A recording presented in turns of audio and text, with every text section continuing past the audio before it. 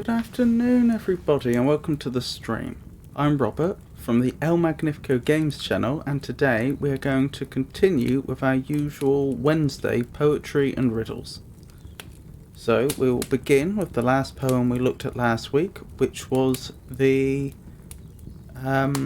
poem that was designated as Sonnet 15 within the Oxford Book of English Verse. That's number 159. Now I say this like that because I know that the numbers by which the sonnets are designated in the Oxford Book of English Verse, which are incidentally from Shakespeare, aren't numbered the same as their canonical numbering. So that is to say, if you were to look up Sonnet 15 online, this is not the poem that you would get. But still, let's get into it. I'll begin with a rereading of this one, and then we'll move on to some poems we haven't seen yet. So, to me, fair friend, you never can be old, for as you were when first your eye I eyed, such seems your beauty still, through winters cold, have from the forest shook 3 summers' pride, 3 beauteous springs to yellow autumn turned, in the process of the seasons have I seen.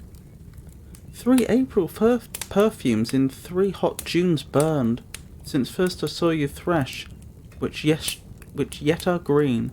Ah, yet doth beauty like a dial hand steal from his figure, and no pace perceived, so your sweet hue, which methinks still doth stand, hath motion, and mine eye may be deceived. For fear of which, hear this, though age unbred, ere you were born was beauty's summer dead.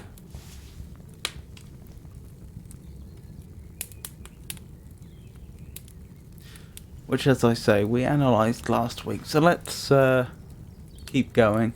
On to 16.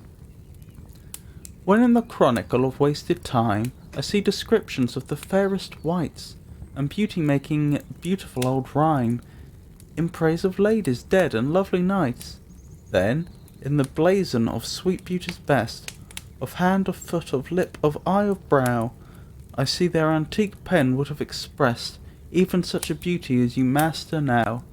See, all their praises are but prophecies of this our time, all you prefiguring. And for they looked but with divining eyes, they had not skill enough your worth to sing. For we, which now behold these present days, have eyes to wonder, but lack tongues to praise.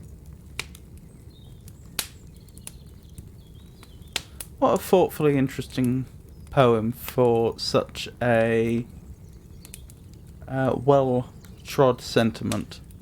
Because of course overall the poem is just expressing how beautiful the subject of the poem is, which is a very old cliché. But the idea of first likening the subject to the stories of ladies and knights of old, which even by Shakespeare's time was, cliched and old, but then taking that one step further and having the additional nuance of they weren't actually talking about people of their time, they were divining the future and seeing you. And then the additional nuance of saying that back then they knew how to express these things, but now that we have your beauty, we lack that. It's interesting. It's it shows a level of commitment to the what's the expression?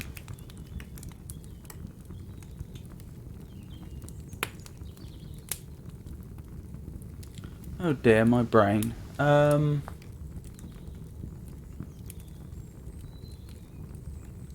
keep thinking deceit, but that's not the right word.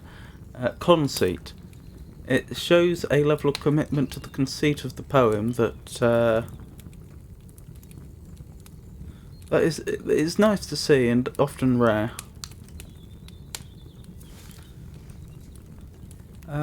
Anything particularly worth looking up? I think the word blazon That could be just an archaic spelling of... Or an archaic word meaning blazing. But it might not be, so that's worth checking.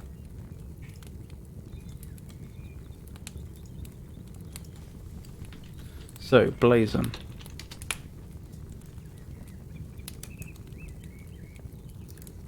What have we got here? A verbal or written description of a coat of arms, a formalised language for describing a coat of arms or a banner depicting a coat of arms, ostentatious display, verbal or otherwise, publication, description, record. Okay, so this is certainly...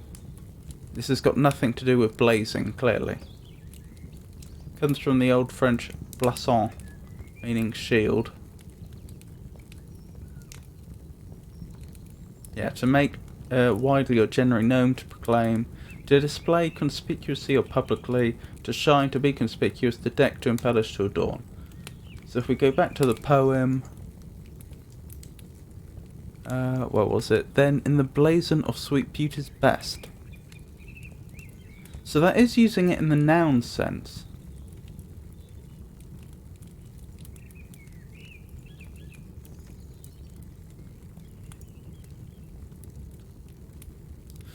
I think that it's not just referring to ostentatious display, verbal or otherwise, but it is actually deliberately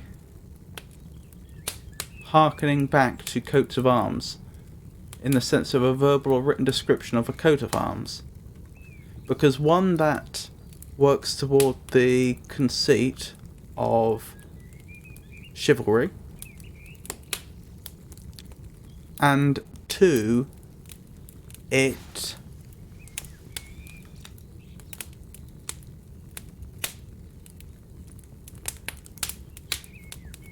even though something like beauty isn't something you'd usually have a blazon for, it further gives justification for why the speaker goes on to talk about an antique pen and what it would have expressed. So it all fits rather well together.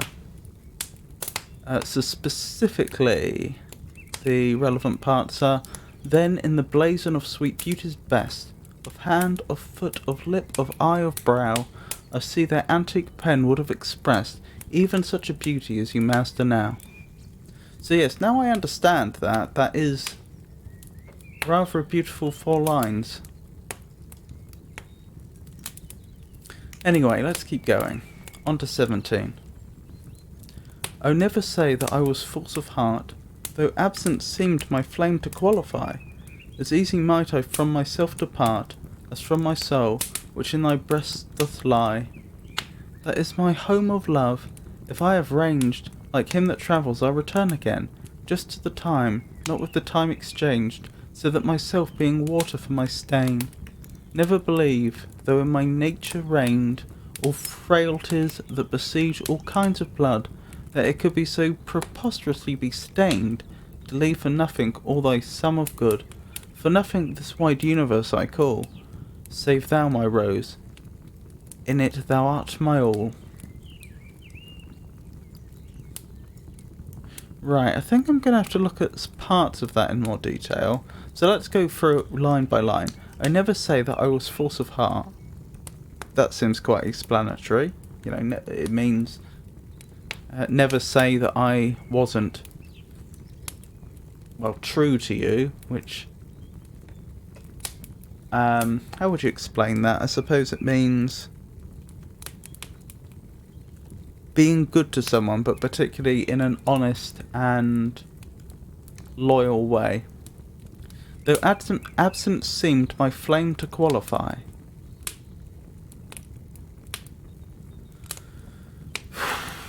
That's more difficult.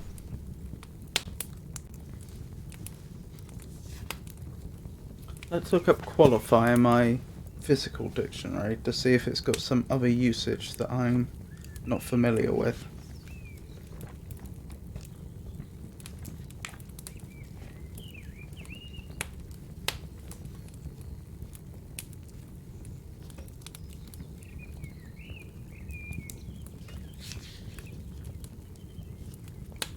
It sounds to me almost as if what it's saying is, even though because we were absent, it would almost justify my having feelings towards others, but I may be very much misinterpreting that.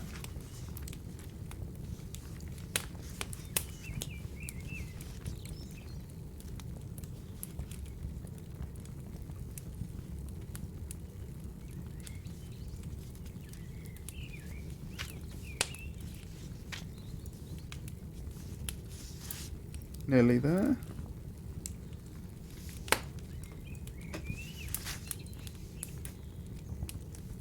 Qualification. Qualify. Attribute some quality to, describe as. Qualified document as heretical. Person a scoundrel. Proposal as iniquitous. Adjectives. Qualify nouns. So attribute some quality to, could that be what it means? Though my absence seemed my flame to qualify.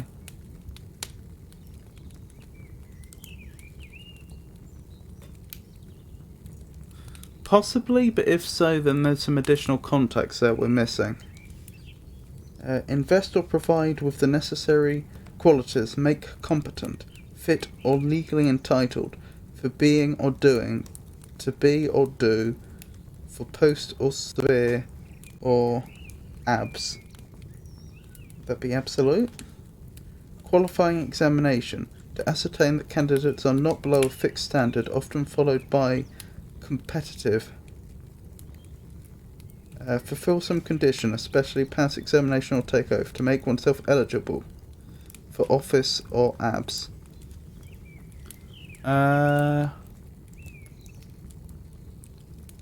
Though my absence seemed my flame to qualify.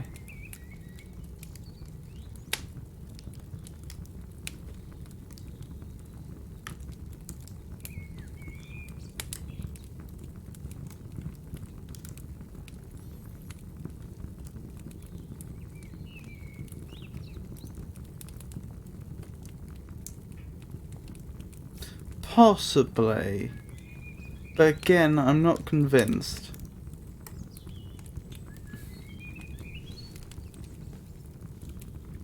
Modify statement or opinion, make less absolute or sweeping, subject to reservation or limitation. Though absence seemed my flame to qualify. That's more likely. That would almost suggest that the flame of love was being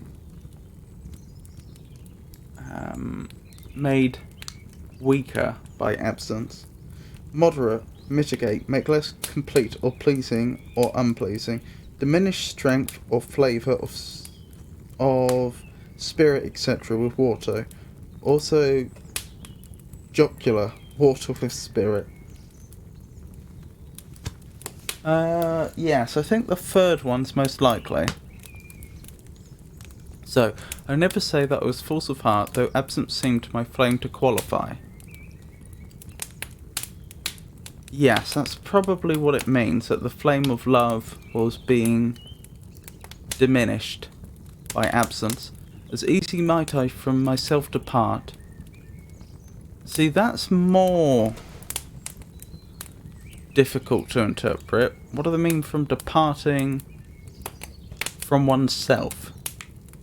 Falling asleep? Dying? I suppose, generally speaking, the cessation of conscious thought?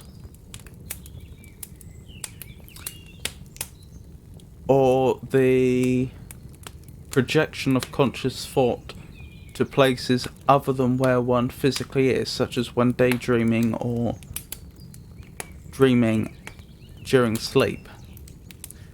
As from my soul, which in thy breast doth lie, as easy as I might from myself depart, as from my soul, which in thy breast doth lie. Okay, that's... If it's referring to departure of one's soul, that both invokes thoughts of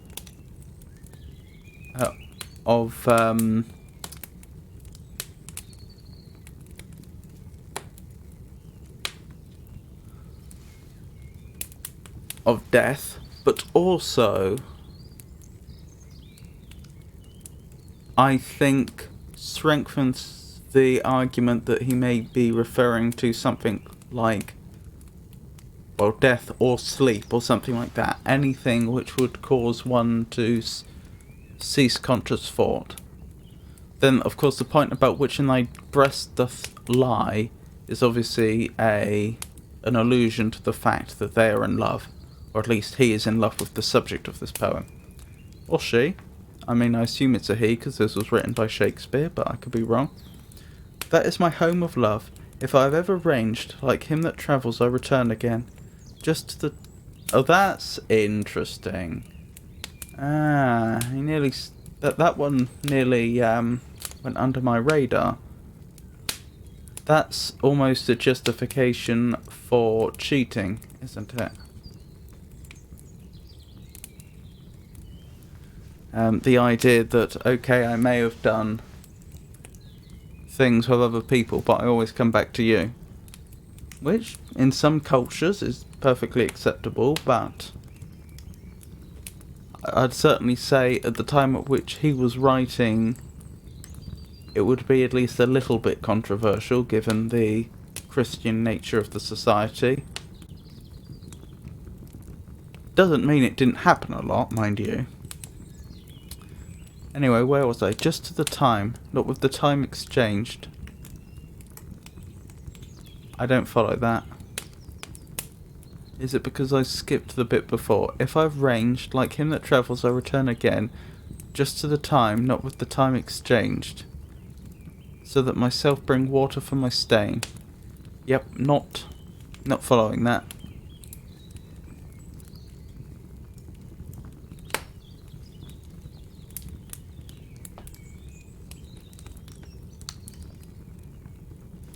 Right, I wonder what he's referring to as a stain. Because I assume he doesn't mean discoloration in something like clothing. I imagine this is perhaps more to do with sin? Perhaps with a metaphor for a physical stain? Stain, discolour, make foul soil as cigarettes the fingers. Oh, as cigarettes stain the fingers. Wine will stain the clothes, warranted not to stain clothes. Sully, blemish, reputation, name, person. Past participle, often in comb, as guilt, sin, stained. I didn't follow that. Oh, that comb is probably actually combination now I look at it. As in guilt stained, sin stained? Oh, stained, guilt stained, sin stained. Yes, that would make sense. Colour, wood, glass, etc. by process other than painting or covering the surface. Impregnate substance for microscopic examination with colouring matter that acts more powerfully on some parts than on others. Print colours on wallpaper, hence stainable, stainer. Or 2. Discoloration, spot or mark caused especially by contact with foreign matter, as cloth is covered with tea stains. Staining material, blot, blemish, as without a stain on his character, hence stainless. Usually of reputation, also kind of chromium steel alloy, immune to rusting and corrosion. That's interesting, because I think nowadays, if someone said stainless, would be more likely to think of the alloy than one's reputation. Stainlessly.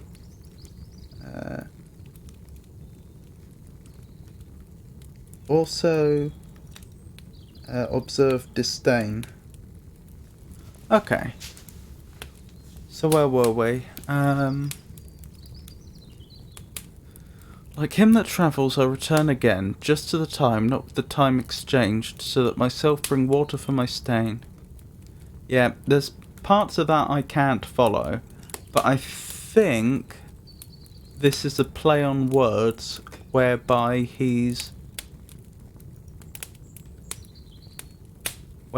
the author, Shakespeare, is likening a stain as in a discoloration on clothing, which you would clean with water, to a stain on one's immortal soul due to sin. And so he's saying that, okay, I may have done stuff with other people which is sinful, but I always come back and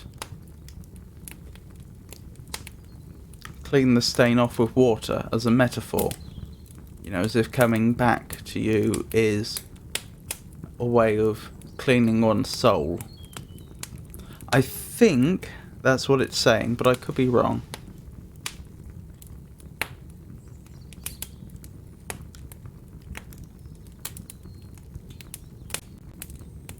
So now that I think about this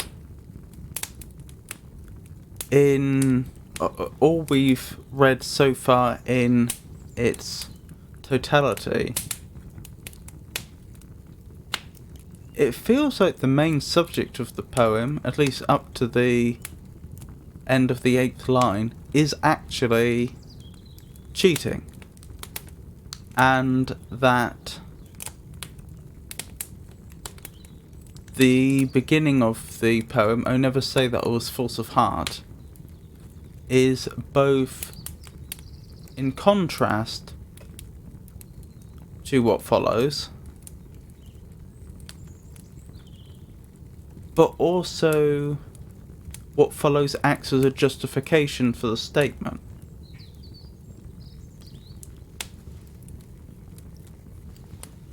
Anyway, let's keep going. Never believe, though in my nature reigned all frailties that besiege all kinds of blood. Okay, so never believe, and then they're going to just tell us what never to believe shortly. Though in my nature reigned all frailties that besiege all kinds of blood. So I think that means the weaknesses of the human form, that it could be so preposterously be stained to leave for nothing all thy sum of good. Okay, so that's essentially saying, even though I'm a weak-willed person, let it never be said that I could be so led astray by the weaknesses of the flesh that I would not have time for your goodness. For nothing this wide universe I call, save thou my rose, in it thou art my all. Okay, so I think call in this case means address or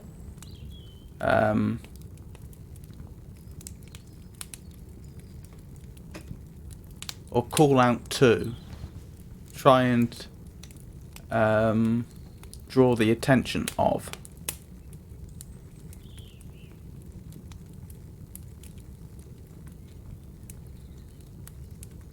So yeah, having carefully reread this, I would say that the subject of the poem is infidelity, and it acts as essentially a justification for it by the proposition that always returning to the one that you love is sufficient.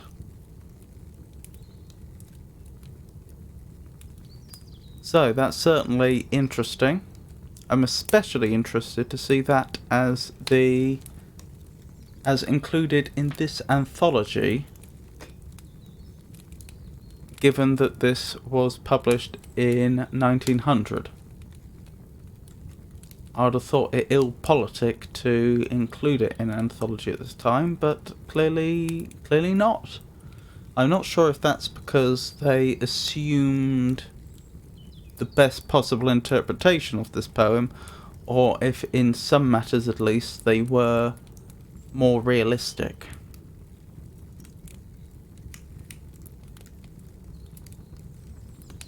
That is to say, because this poem couldn't be described as being vulgar, it's possible that the sentiments were more easily accepted by the late Victorians. Still, that's only guesswork on my part. Let's keep going. On to 18. Let me start again. Let me not to the marriage of true minds admit impediments. Love is... Sorry. Let me not to the marriage of true minds admit impediments. Love is not love, which alters when it alteration finds, or bends with the remover to remove. Oh no, it is an ever-fixed mark, that looks on tempests and is never shaken. It is the star to every wandering bark, whose worth's unknown, although his height be taken. Love's not time's full, though rosy lips and cheeks within his bending sickle's compass come. Love alters not with his belief hours and weeks, but bears it out even to the edge of doom. If this be error and upon me proved, I never writ, nor no man ever loved.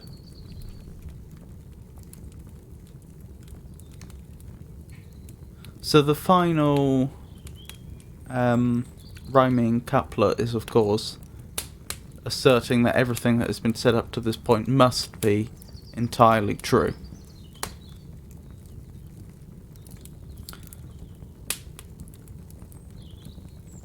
Overall, the poem is just an assertion that true love is constant, which I can see would have gone down very well with Victorian audiences. And as we've seen, it seems to have been a very popular subject all the way back, at least to early Tudor times, which is interesting. I think I said ever fixed mark when I should have said fixed, according to that accentuation. Never mind, eh? I don't really have much more to say about this poem, I don't think. It's not a bad poem. It's just unlike the other one, its meaning seems fairly straightforward. So let's keep going. The expense of spirit in a waste of shame is lust in action, until action lust is perjured, murderous, bloody, full of blame, savage, extreme, rude, cruel, not to taste, enjoyed no sooner but despised straight, past reason hunted, and no sooner had, past reason hated, as a swallowed bait, on purpose laid to make the taker mad, mad in pursuit and in possession so, had having, and in quest to have, extreme, a bliss in proof, and proved a very woe, before a joy proposed, behind a dream. All this the world well knows, yet none knows well, to shun the heaven that leads men to this hell. Right, this one is going to need a bit more of a careful analysis. The expense of spirit in a waste of shame is lust in action.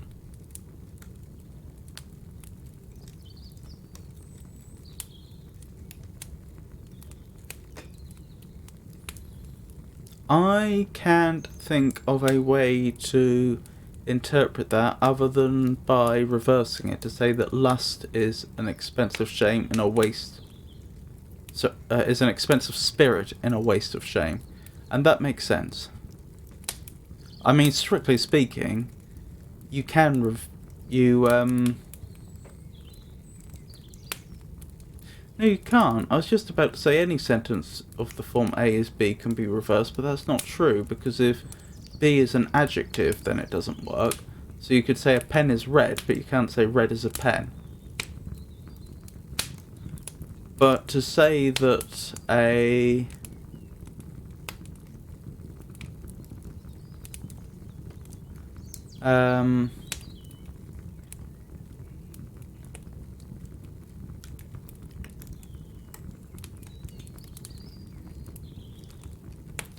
what would be a good example? I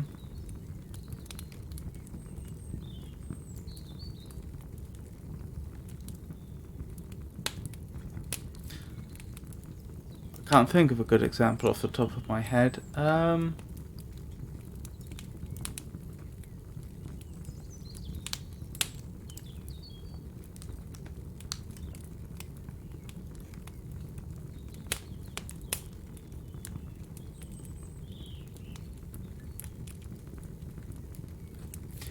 To say that a green drake is a type of mayfly is equally true as saying that a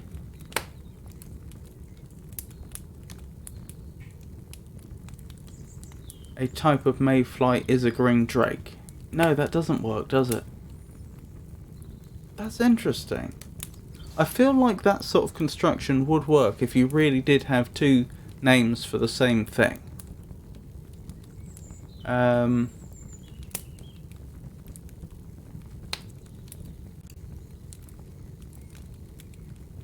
it is interesting that the copula only works one way in a lot of cases.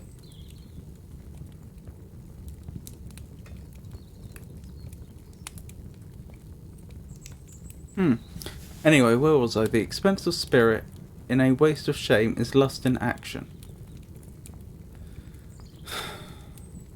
See, I'm not sure that really works in modern English unless you consider those things to be synonyms. So the only thing that is an expense of spirit in a waste of shame is lust in action. Nothing else is that as well.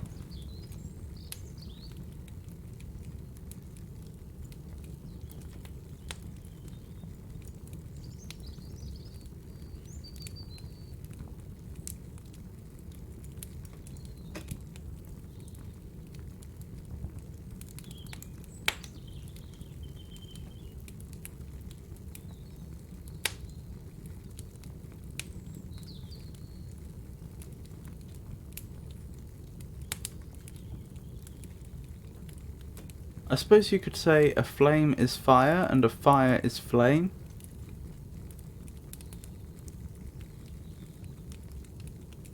Yeah, so it only works reflexively if the two things really are the same.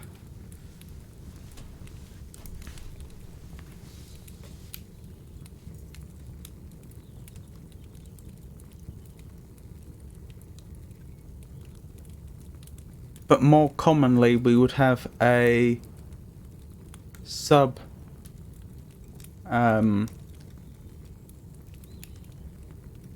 what's the word? A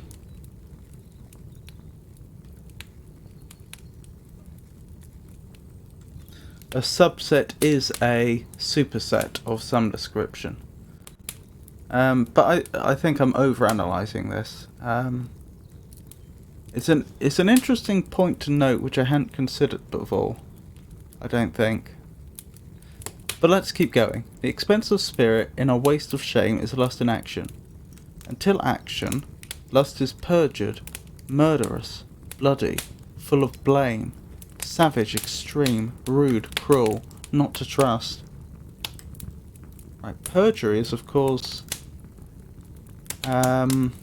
lying in an official capacity, isn't it? Like falsifying documents. Let's check what my physical dictionary says.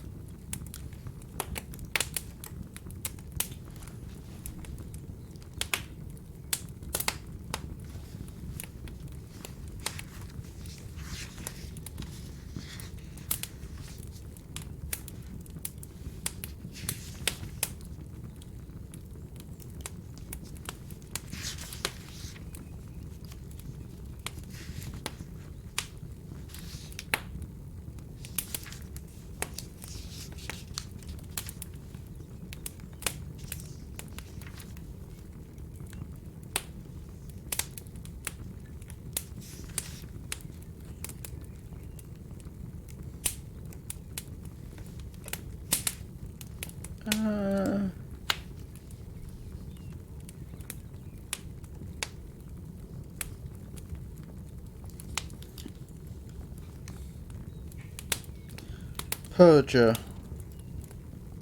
Perjure oneself, forswear oneself, guilty of perjury. Okay, swearing to statement known to be false.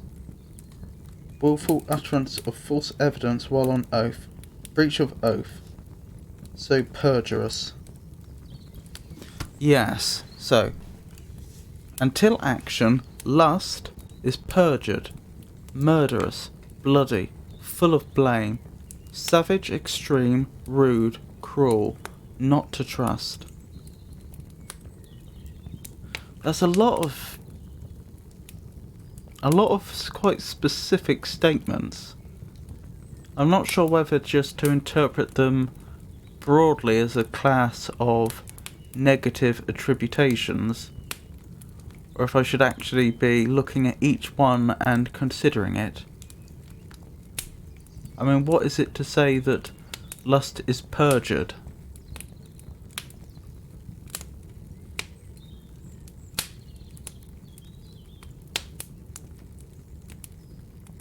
I suppose there could be some sort of metaphor there between giving false evidence and being false in love.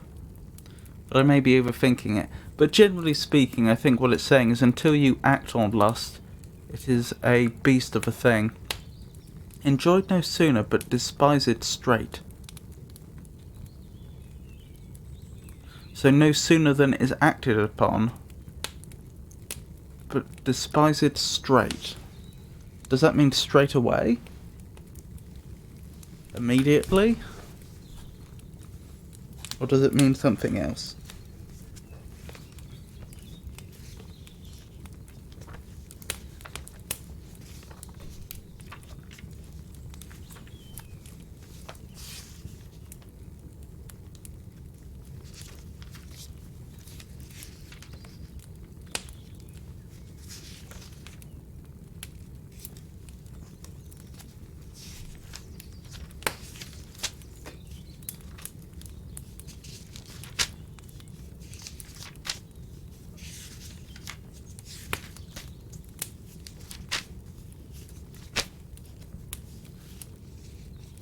Nearly there.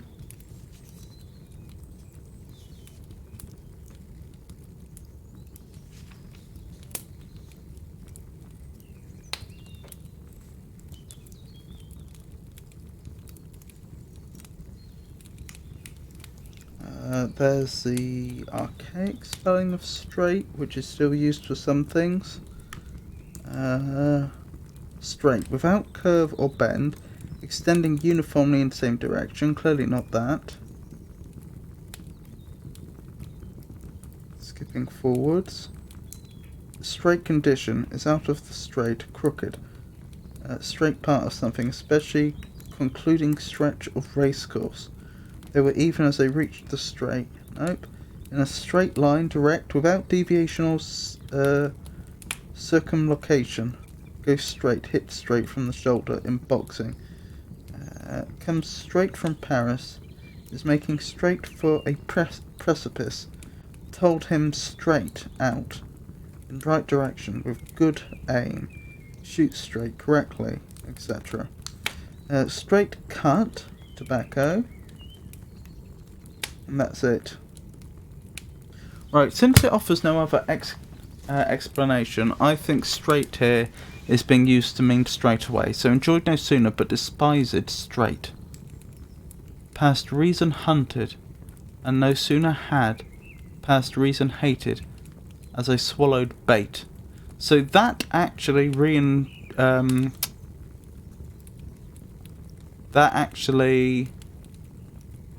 supports my interpretation of the previous two verses, since I think it's essentially a restatement of them. That one goes mad hunting out a way to act upon one's lust, but then once you've done so, you hate yourself for it. So, as a swallowed bait, on purpose laid to make the taker mad, mad in pursuit and in possession so. That's an interesting verse. On purpose laid to make the taker mad. That implies some sort of seduction, as opposed to simply human frailty. Had, having, and in quest to have, extreme, a bliss in proof, and proved a very woe. Interesting. So again, this is all restating the same sentiments, but very well put.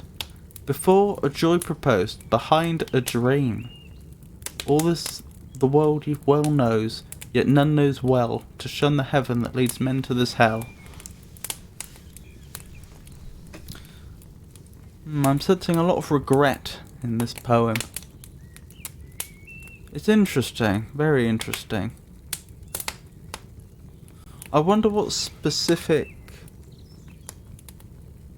hells the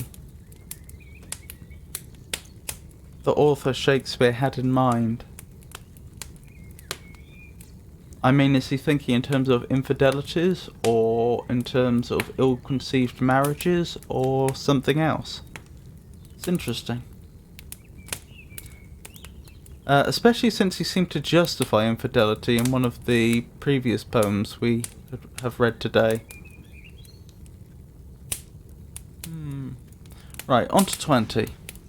Poor soul, the centre of my sinful earth, these rebel powers array. Why dost thou pine within and suffer dearth, painting thy outward walls so costly gay? Why so large cost, having so short a lease, dost thou upon thy fading mansion spend? Shall worms, inheritors of this excess, eat up thy charge? Is this thy body's end? Then, soul, live thou upon thy servant's loss, and let that pine to aggravate thy store.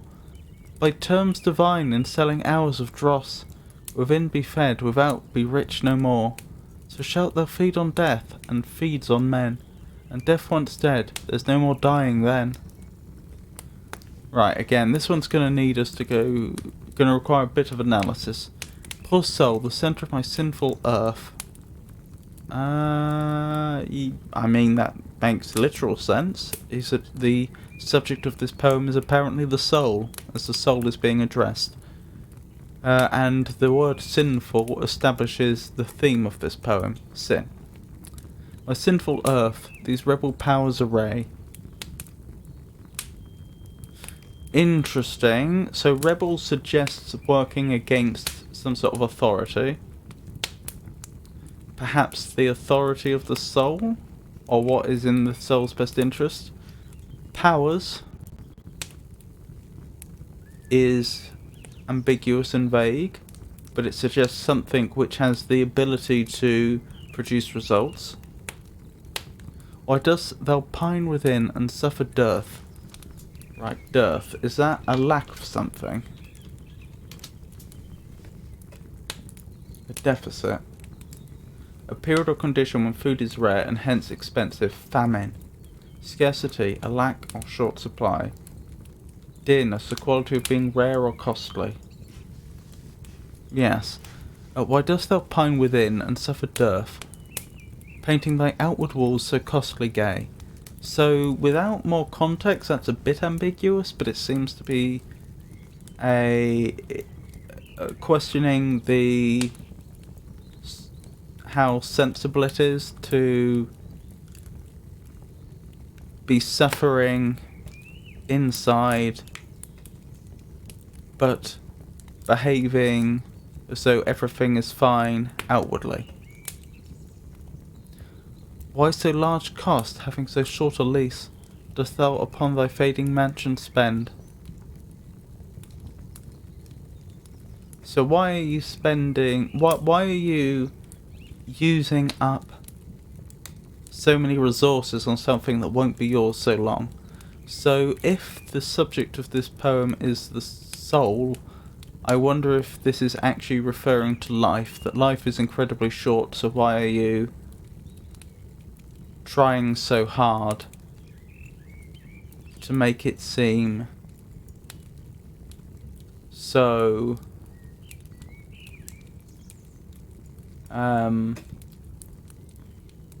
joyful or meaningful? Hard to say. Shall worms, inheritors of this excess, eat up thy charge? Is this thy body's end? Again, this seems to support my suggested interpretation. Then, soul, live thou upon thy servant's loss, and let that pine to aggravate thy store. Right. What does he mean by aggravate here?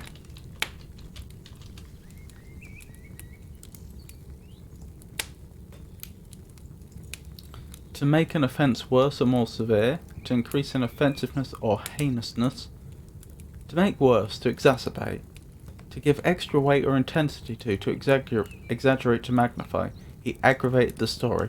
Okay, that's more likely.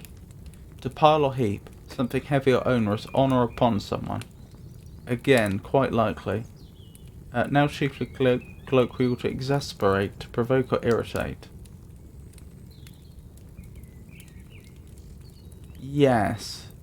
It's the fifth and the first two definitions that are most obvious to me, but I think the third and the fourth are the most likely. So, then soul, live thou upon thy servant's loss, which is presumably the body, and the loss being the loss of life, and let that pine to aggravate thy store.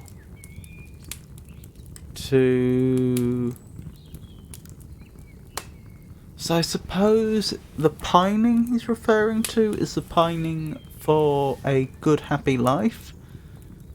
And the suggestion is, even though it seems pointless to try so hard to have a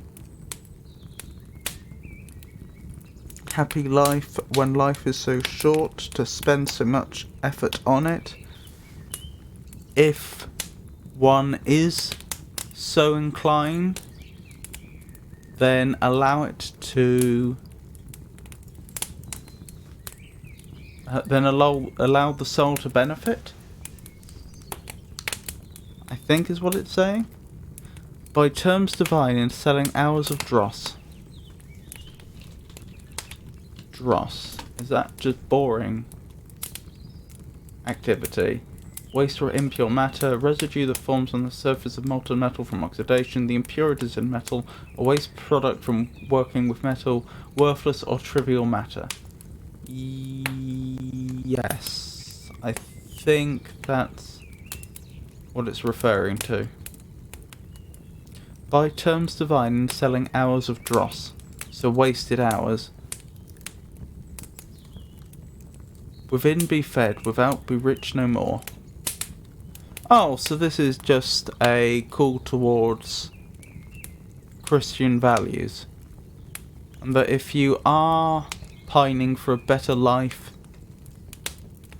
now, despite the shortness of life, then you're better off using it for spiritual benefit than for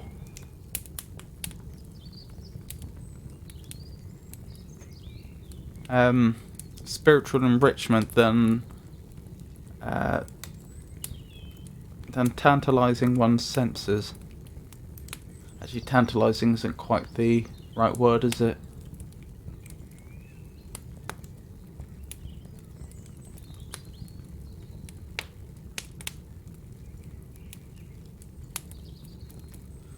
You're better off spending the time that you have enriching the soul than you are for pursuing things that please the senses. So shalt thou feed on death that feeds on men, and death once dead, there's no more dying then. And this is of course a reference to the afterlife.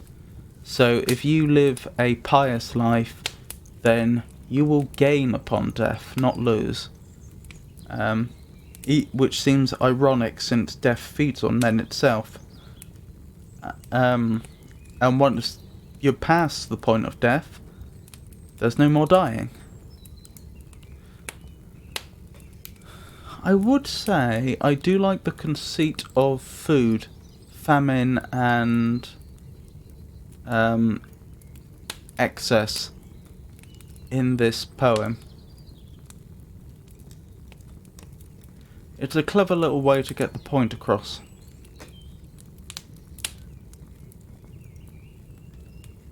And as always, he stays...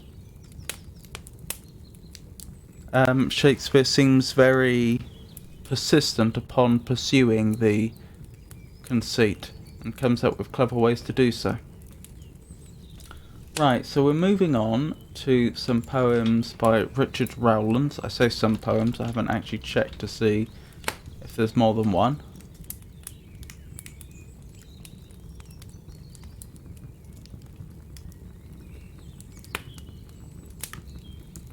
So, Richard Rowlands, they think 1565 to some point in the 1630s whereas we now think 1550 to 1640.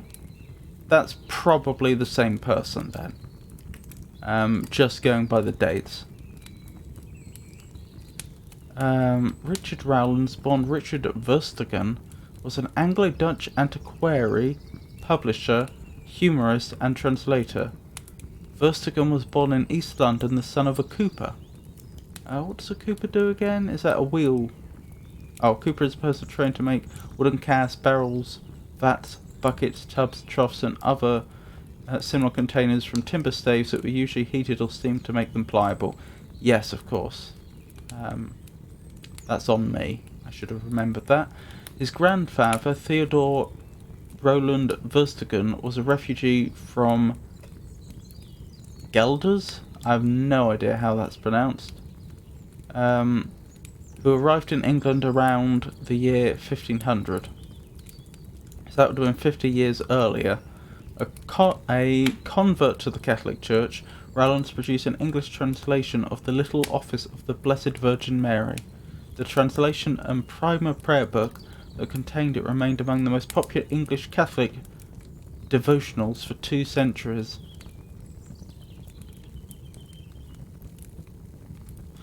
That's interesting. Yes, I suppose they would have. If his grandfather arrived around 1500, then that would have been during Henry VIII's time. I'd have to check exactly when he took over. I don't remember. It's possible that Henry VII was still on the throne in 1500. I don't recall. But he would have been... but Henry VIII would have been on the throne for... not long after that, and then for a long time. So they would have been Catholic at that point. But the odd thing is, the Reformation, that wasn't...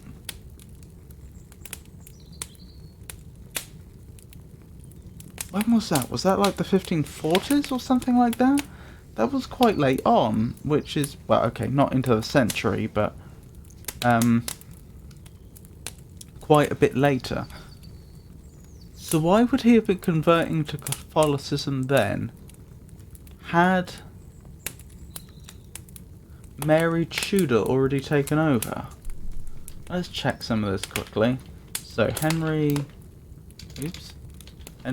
the 8th.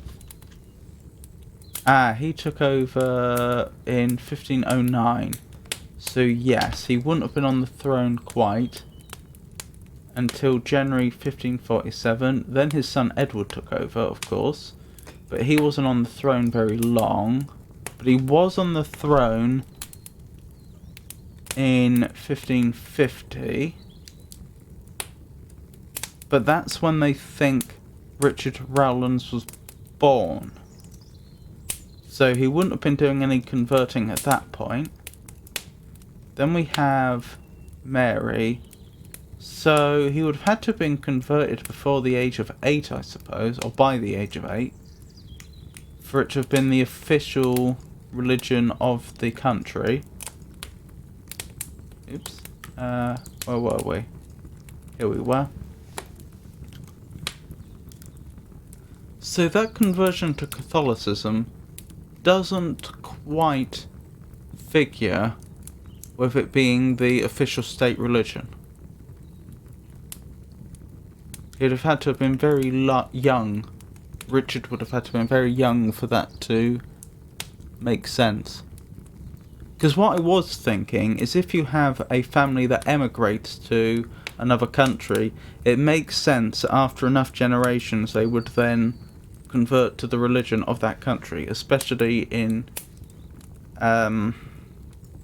during periods of greater faithfulness, like there would have been back then. But that doesn't fully figure.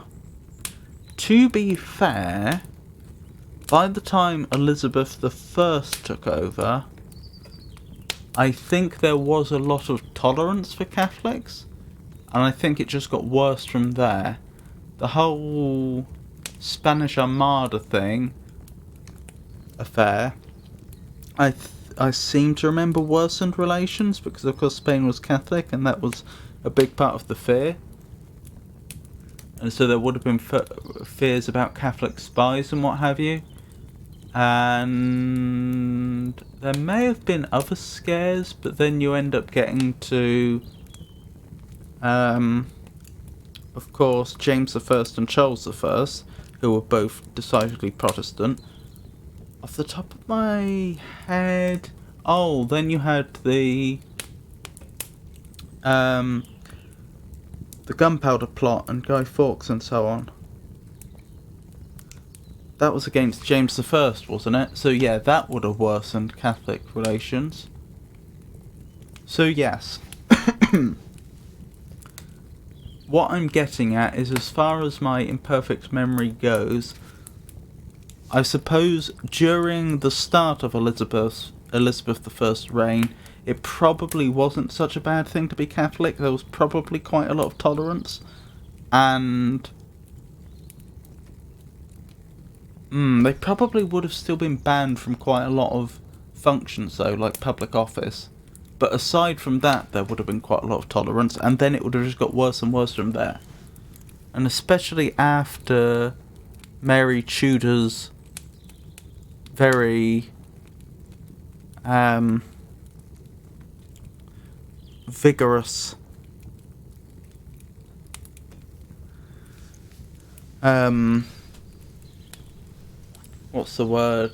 repression of Protestantism, I can imagine that there would have still been quite a lot of Catholic communities in Britain with strong beliefs.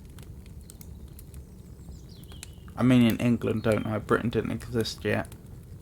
Not until the union with Scotland, as far as I recall.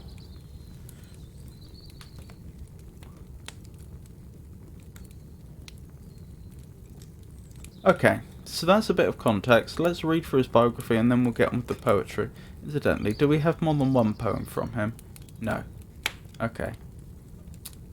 Under the patronym Rowland, I assume that's just another way of spelling Roland, but I could be wrong, Richard went to Christ Church, Oxford, in 1564, so he'd have been about 14, where he may have studied early English history and the Anglo-Saxon language. Having become a Catholic, yeah, that's an odd time to go Catholic. Just to double check, when did Elizabeth take over? I think it was the very early 1560s, it said.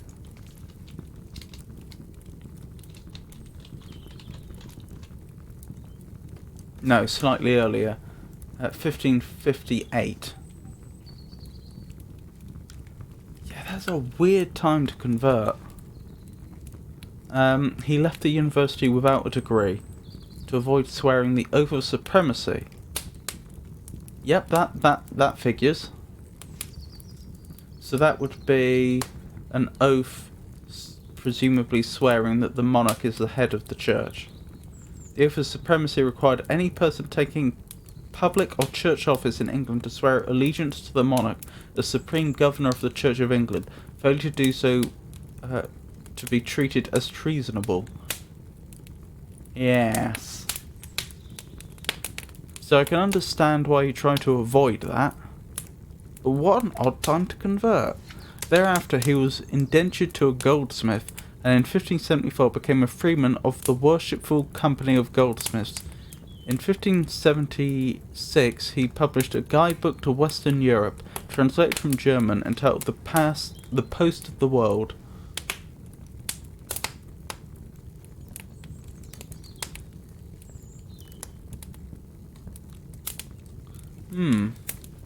At the end of 1581 he secretly printed an account of the execution of Edmund Campion, but was discovered and, being apprehended, break out of England. In exile he resumed the surname of Verstegen anglicised Verstigan. While in Paris he was briefly imprisoned at the insistence of the English ambassador. In Rome he was a recipient of a temporary pension from the Pope. In both of these cities he published accounts of the suffering of priests in England. In 1585 or 1586 he moved to Antwerp and set up in business as a publisher and engraver, an intelligencer and a smuggler of books and people.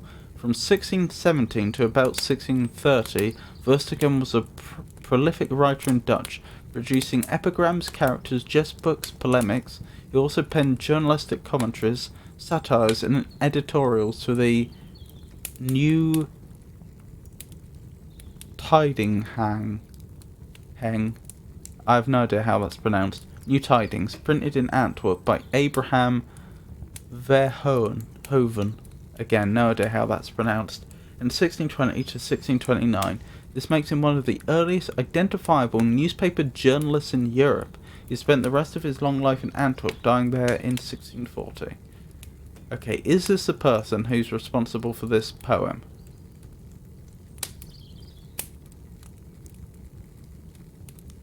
No idea. He's certainly sufficiently educated that he could have done it. I've got a feeling he was the only Richard Rowland, so wasn't he? There was a Richard Rowland, but not Rowlands. Yeah. And this is the right period, so it seems very likely we have the right chap.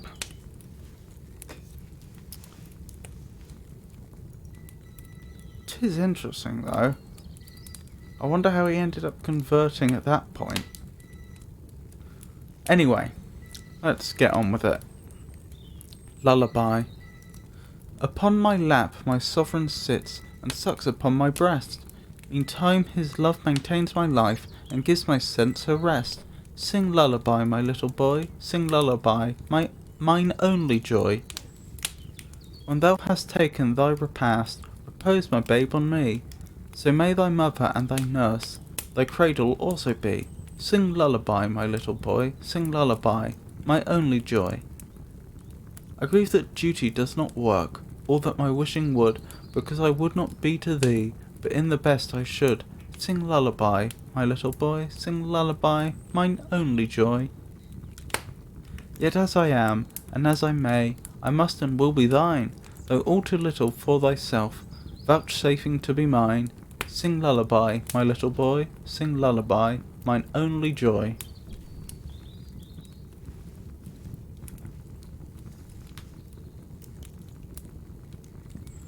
I think this is close to a ballad.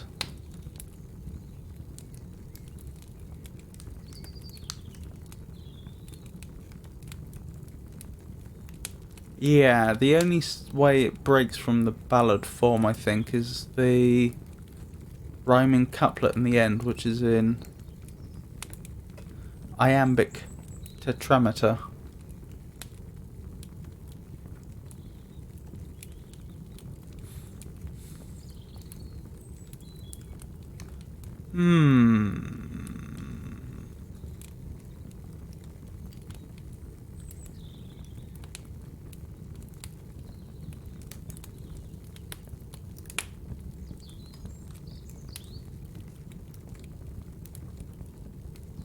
See, on the face of it, it's a poem about a father's love. Although, I must say, the "and suck upon my breast" might actually suggest it's a mother's love.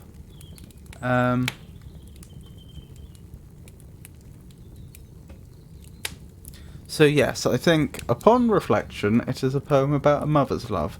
For their child, which is sweet. Because, surprisingly, I can't actually think of many examples of that subject in poetry we've read. I really can. I've got a vague recollection of a couple of poems that dealt with illegitimate children or children from troubled relationships, which was a surprisingly progressive subject. I say progressive, it proves that it isn't progressive, but they were surprising subjects for poems. But just straightforward motherly love? Weirdly, I can't think of any examples. You'd think there would be loads. I don't know if that's because they weren't being written or if it just wasn't compatible with Victorian sensibilities. Certainly, I think the Victorians would have been very approving of parental love, but not ostentatious displays of it. Anyway, it's interesting for that reason, but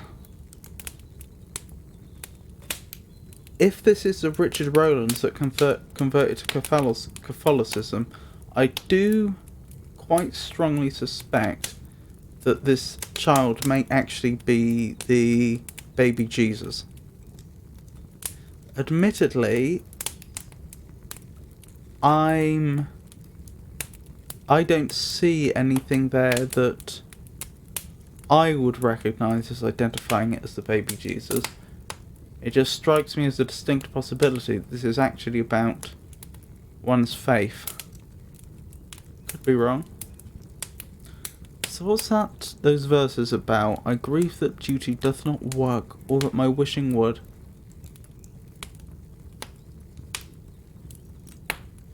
See, it sounds like they're saying it's a shame that when one follows duty, I can't achieve all the things I wish I could. But that seems vague.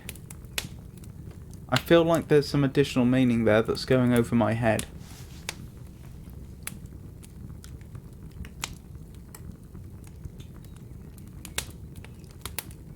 Because I would not be to thee, but in the best I should.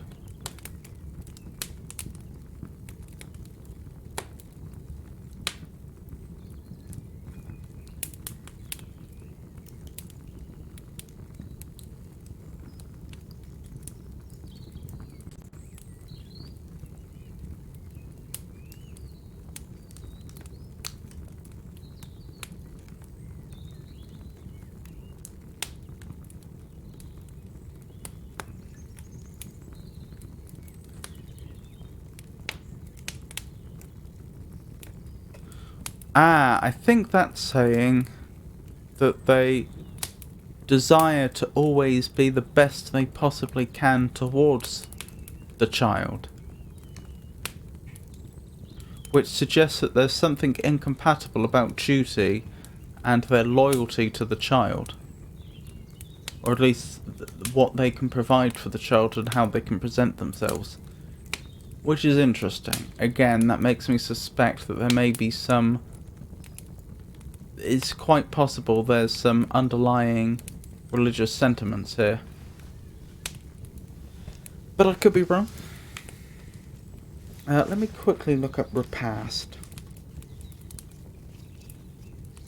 I'm pretty sure that just means something along the lines of food, but worth checking.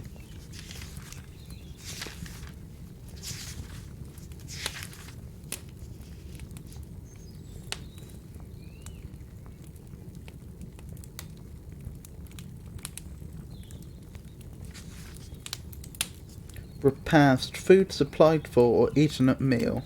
Usually rich, plentiful, slight, delicate, luxurious, etc. Yes.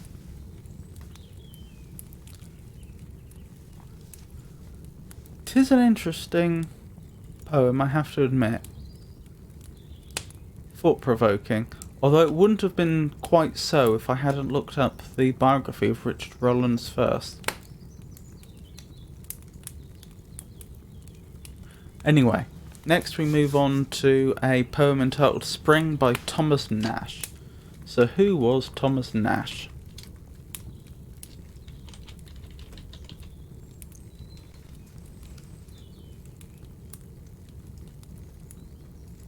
Thomas Nash was an Elizabethan playwright, poet, satirist and significant pamphleteer. He is known for his novel The Unfortunate Traveller, his pamphlets including Pierce Penniless and his numerous defences of the Church of England. Nash was the son of the parson William Nash and Janeth, née Witchingham. He was born and baptised in Lowestoft on the coast of Suffolk, where his father, William Nash, or Naish, as it is recorded, was curate. Though his mother bore 7 children, only 2 survived childhood: Israel, born in 1565, and Thomas. The family moved to West Harling near Thetford in 1573 after Nash's father was awarded the living there at the Church of All Saints. Around 1561, Thomas went up to St. John's College, Cambridge, as a sizar, gaining his bachelor's degree in 1586. At Trinity College, Dublin, and the University of Cambridge, a sizar is an undergraduate who receives some form of assistance, such as meals, lower fees, or lodging during his or her period of study, in some cases in return for doing a defined job. From references in his own polemics and those of others, he does not seem to have proceeded Master of Arts there. Most of his biographers agree that he left his college about summer 1588, as his name appears on a list of students due to attend philosophy lectures in that year. His reasons for leaving are unclear.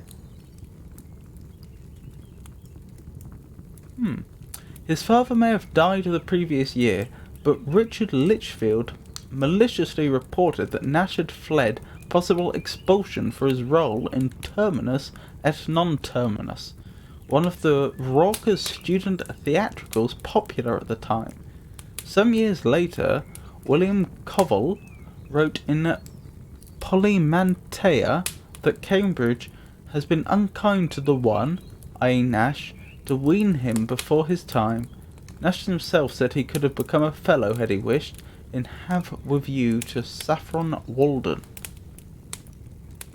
He moved to London and began his literary career.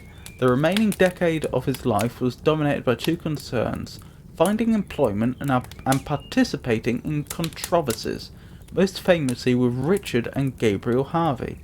He arrived in London with his one exercise in euphuism, the anatomy of absurdity. That was a style of writing that was named after a person, wasn't it?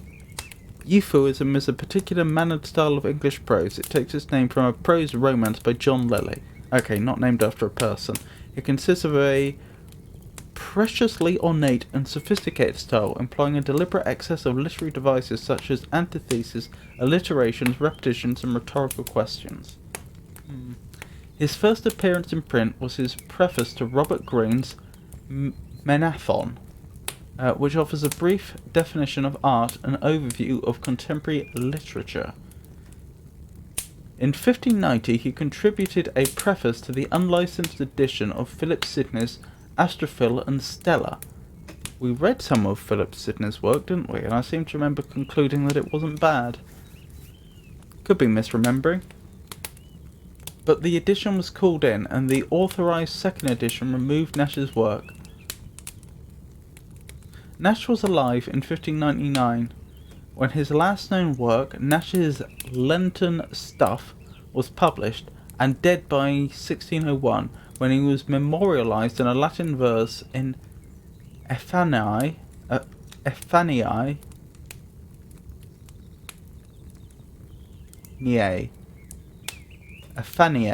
by Charles Fitzgeoffrey. It is not known where he died or where he is buried.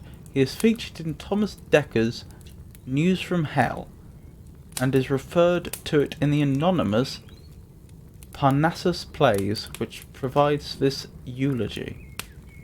Now, Mount Parnassus was where the Muses lived, if I recall correctly. Let all his faults sleep with his mournful chest, and there forever with his ashes rest. His style was witty, though it had some gall. Some things he might have mended, so may all. Yet this I say, that for a mother wit, few men have ever seen the like of it.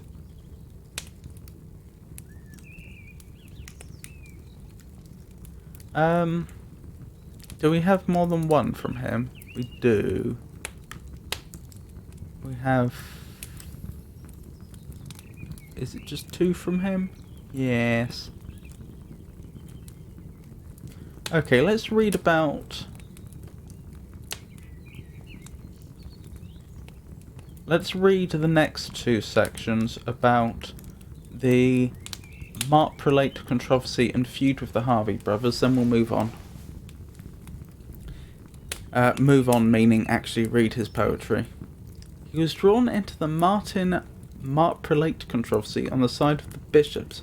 As with the other writers in the controversy, his share is difficult to determine. He was formerly credited with the 3 Pasquil tracts of 1589 to 1590, which were included in R.B. Mackerrow's standard edition of Nash's works. However, Mackerrow himself later argued strongly against their being by Nash. The anti-Martinist, an almond for a parrot, what an odd title, ostensibly credited to one Cuthbert Curry Nave, is now universally recognised as Nash's work, although its author humorously claims, in its dedication to the comedian William Kemp, to have met Harlequin in Bergamo while returning from a trip to Venice in the summer of 1589. There is no evidence Nash had either time or means to go abroad, and he never subsequently refers to having visited Venice in his work.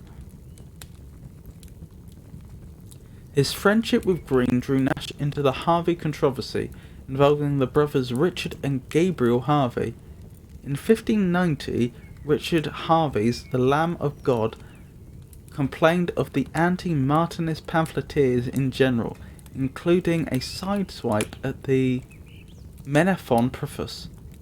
2 years later, Green's A Quip for an Upstart Courtier contained a passage on rope makers that clearly refers to the Harveys, whose father made ropes. The passage, which was removed from subsequent editions, may have been Nash's. After Gabriel Harvey mocked Green's death in 4 letters... After Gabriel Harvey mocked Green's death in 4 letters, Nash wrote Strange News.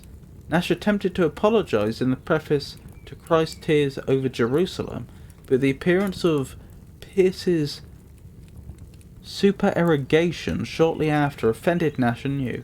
He replied with Have with you to Saffron Walden, with a possibly sardonic dedication to Richard Lichfield, a barber of Cambridge. Harvey did not publish a reply, but Lichfield answered in a tract called The Trimming of Thomas Nash. This pamphlet also contained a crude woodcut portrait of Nash, shown as a man disreputably dressed and in fetters. Huh. How interesting.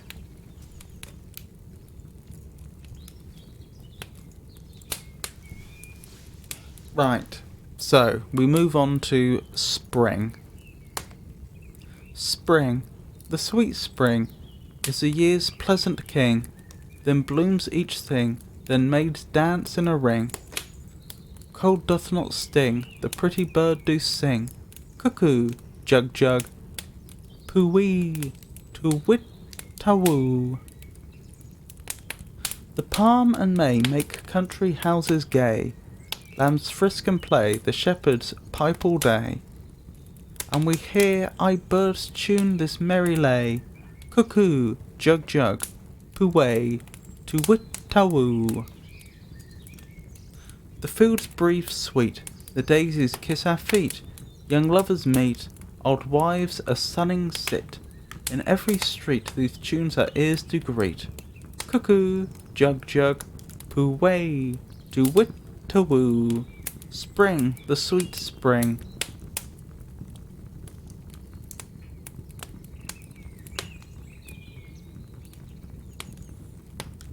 That was nice for a short poem.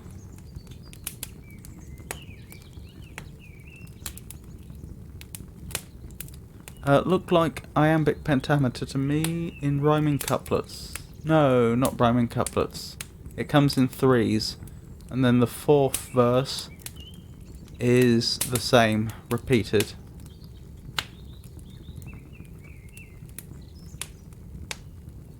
If that's the case, why did he try to rhyme feet with sit? Maybe they pronounced it seat back then. As in how we would talk about the noun now, you sit on a seat.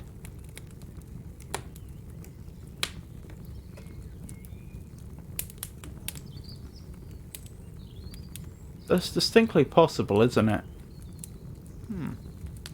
But I don't have much to say other than that it's a nice little short poem about spring. So let's keep going. In time of pestilence. Adieu, farewell earth's bliss, this world uncertain is.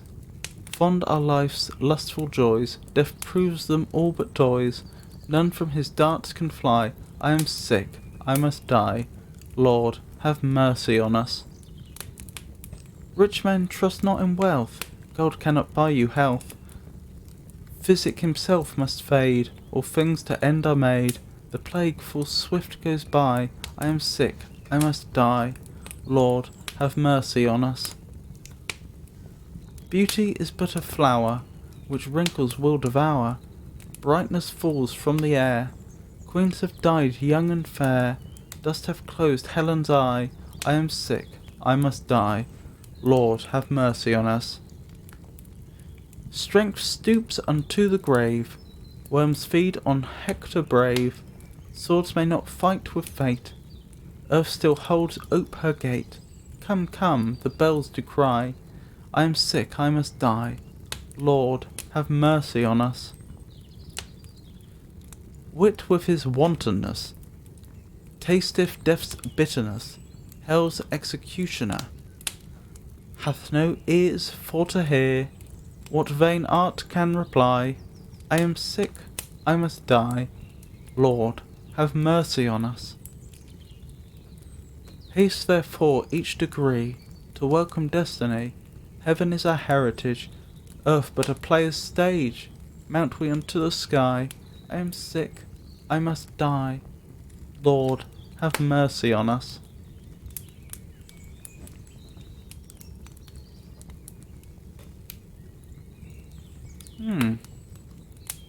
I mean, unless I'm missing something, it's a fairly straightforward reflection on mortality.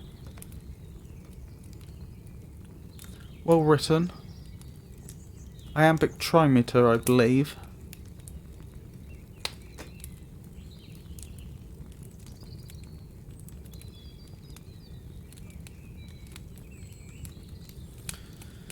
Right, let's keep going. Thomas Campion, who was he?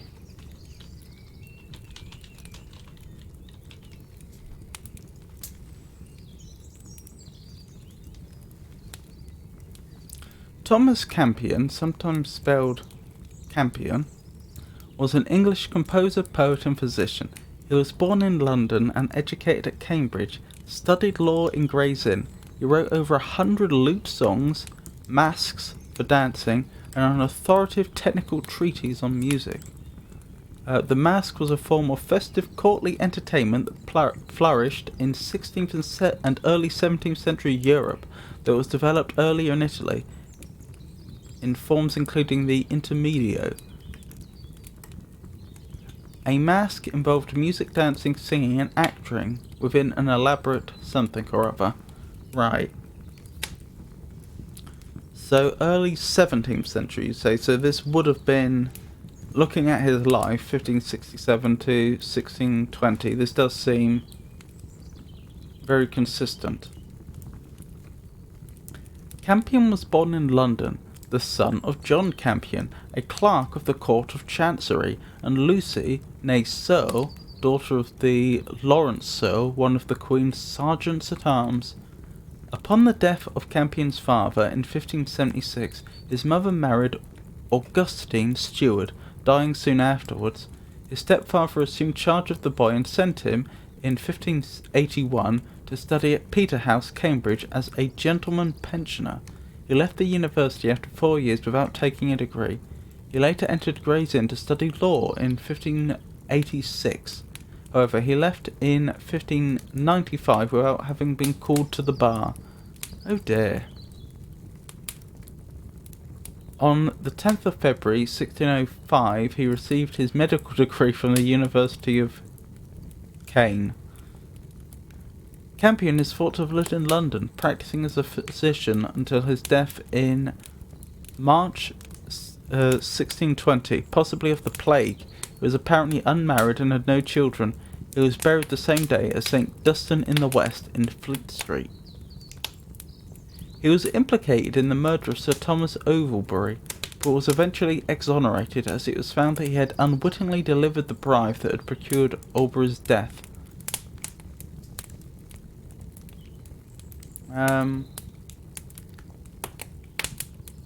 Yeah, we'll skip the rest for now. We do actually have quite a lot of his work here. Quite a lot indeed.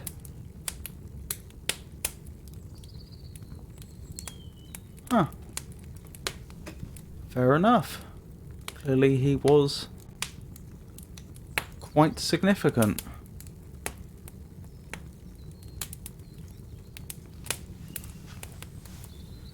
So, cherry ripe. There is a garden in her face, where roses and white lilies blow. A heavenly paradise is that place, wherein all pleasant fruits do flow. There cherries grow which none may buy, till cherry ripe themselves do cry. Those cherries fairly do enclose of orient pearl a double row, which when her lovely laughter shows, they look like rosebuds filled with snow. Yet them nor peer nor prince can buy, till the cherry ripe themselves do cry. Her eyes like angels watch them still, her brows like bended bows do stand, threatening with piercing frowns to kill all that attempt with eye or hand those sacred cherries to come nigh, till cherry ripe themselves do cry.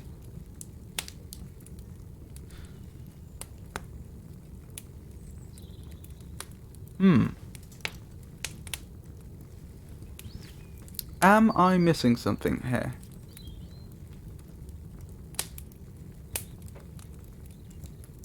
So the garden is in her face. Then what are the cherries? Is it her cheeks?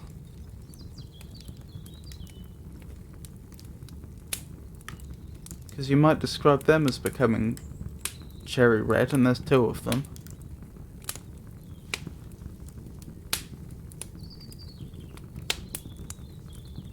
They look like rosebuds filled with snow.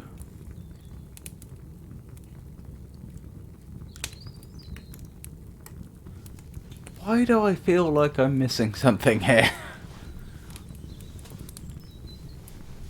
It's not going to be her eyes.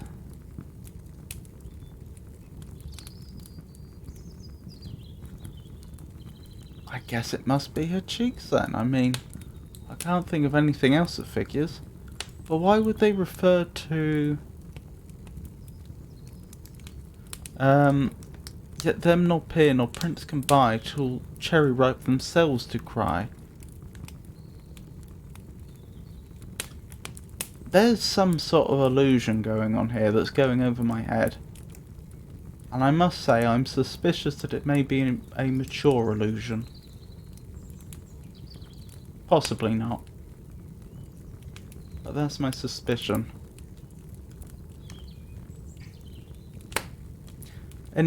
Anyway, it hasn't given me any sort of difficult word to look up that might solve the enigma, so I guess I should just keep moving on. The next one is entitled Laura. Rose-cheeked Laura come. Oh, I'll tell you what, before I do that, I should have talked about the form of this poem, shouldn't I? It's, the first 4 lines of each stanza are alternately rhymed, and then the final 2 lines are a rhyming couplet, and I believe it's in iambic tetrameter, if I've not made a mistake. Anyway, where were we? Laura. Rose-cheeked Laura come, sing thou smoothly with thy beauty's silent music, either other, sweetly gracing. Huh.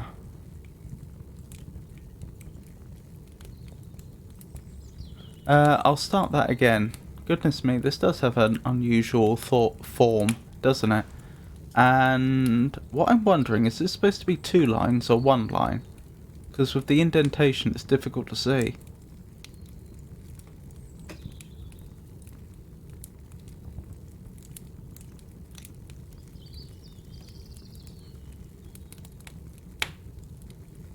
I think it is meant to be 2 lines.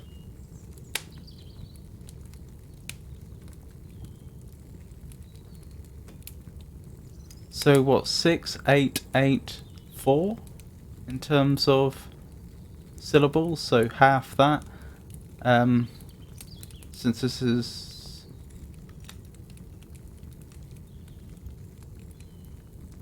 I think iambic? Yes. So...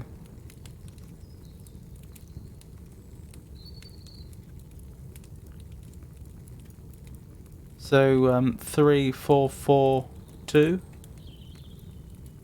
Sorry. I suppose I am getting a bit ahead of myself. I just found the form of this poem a bit difficult to follow, so I was trying to figure it out. So let me try again. Laura. Rose-cheeked Laura, come, sing thou smoothly with thy beauties, silent music either other, sweetly gracing. Lovely forms do flow from consent to finely framed. Heaven is music, and thy beauty's birth is heavenly. These dull notes we sing, discords need for helps to grace them, only beauty purely loving knows no discord. But still moves delight, like clear springs renewed by flowing, ever perfect, ever in them, cells eternal. Why has he written it like that? Ever in them, cells eternal. It's customary, if a verse ends in a word with no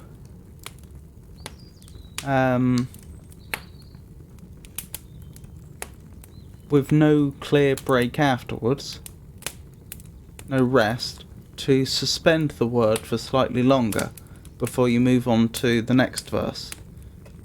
That is to make the... Well, first of all, it helps with the rhythm of the poetry, because it maintains the cadence, but it also helps one deduce the structure of the poetry if one is just reading it, because otherwise there's a danger that the end of one line and the beginning of the next will... it is a line or verse. The end of one verse and the beginning of the next verse will just run together, which you don't want.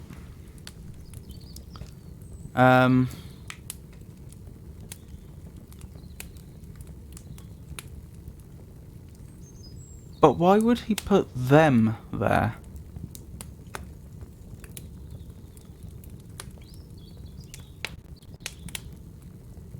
Usually you would do that with words that you want to stress. Words who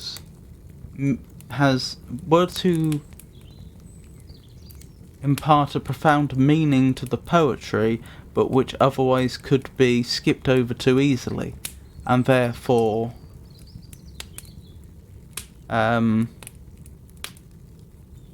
lose their impactfulness. Lose their impact, I suppose I mean. I can't quite see what he's doing there by splitting up themselves like that across lines. I feel like it just confuses the scansion slightly. As for rhyming, I don't see any. Come, beauties other gracing. None there. Flow framed, beauties heavenly. Again, none. Sing them, loving discord. Nothing. Delight flowing, them eternal. None. So that would imply that this is blank verse, which certainly existed at this point. It's just interesting that that's how it's written.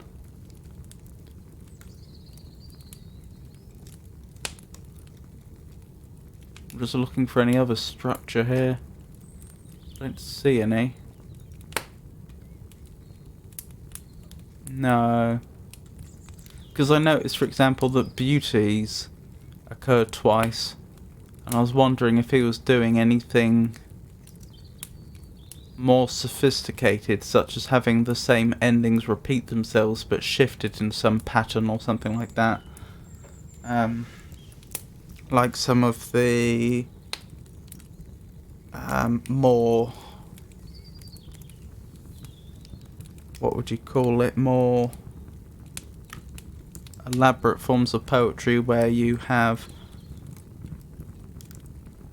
complex repeating structures like in a rondel. But no, I don't see any evidence of that. So I think I've said everything I can about the structure of it. It's possible that there's other things going on there that I'm missing. But I don't think so. What about the meaning?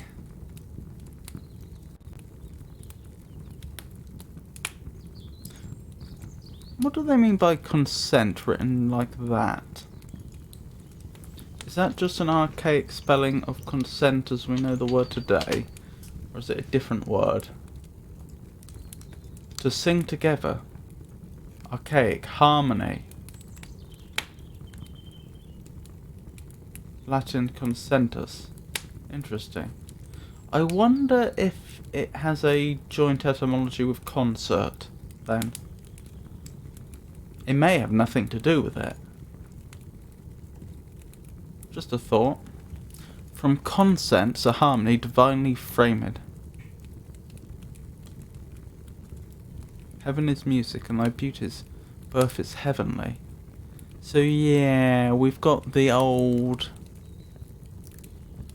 pairing of earthly beauty with a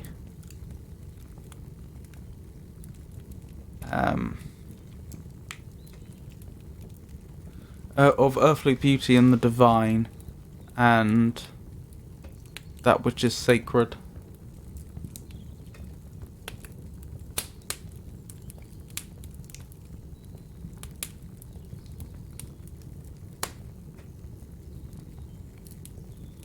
I do like the fourth stanza. These dull notes we sing, discord's needs for helps to grace them. In other words, we need discordance to help the more harmonious notes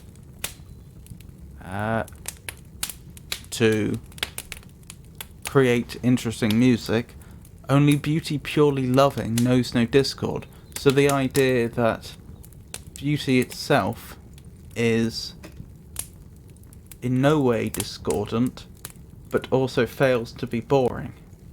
It's interesting despite not having any discord. I'm not sure that's actually strictly true, but I can see why they've made that the subject of the poem. I can see, given the cultural background in which this was written, why that would be the one of the morals of the poem.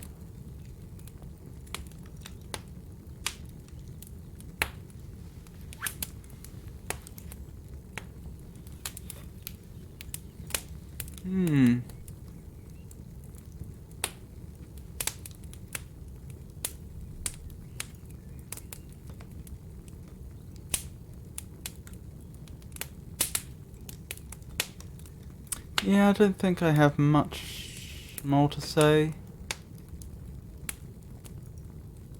It's nice for what it is. It's unusual in other ways. I do wonder if this originally would have had a musical accompaniment.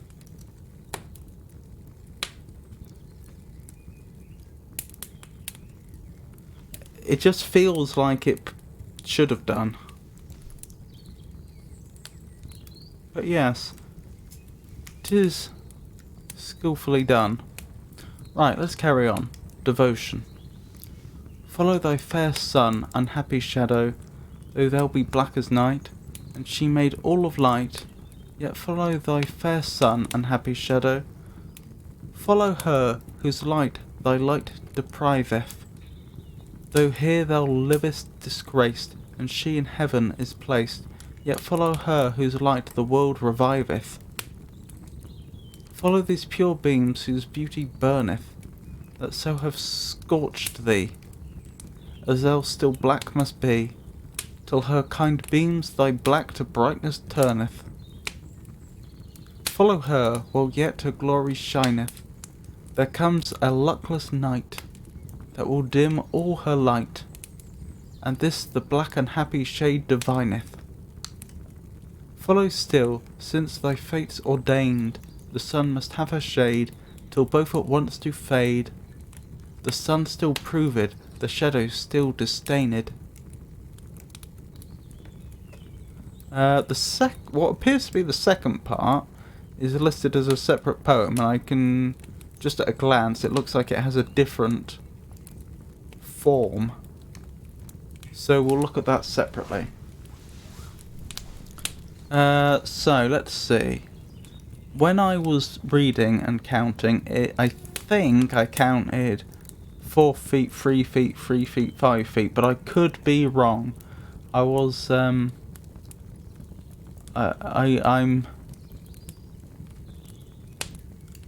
it's not the easiest thing to count whilst reading, I find, so I could easily have made a mistake. So what do we have? Follow thy fair sun, unhappy shadow.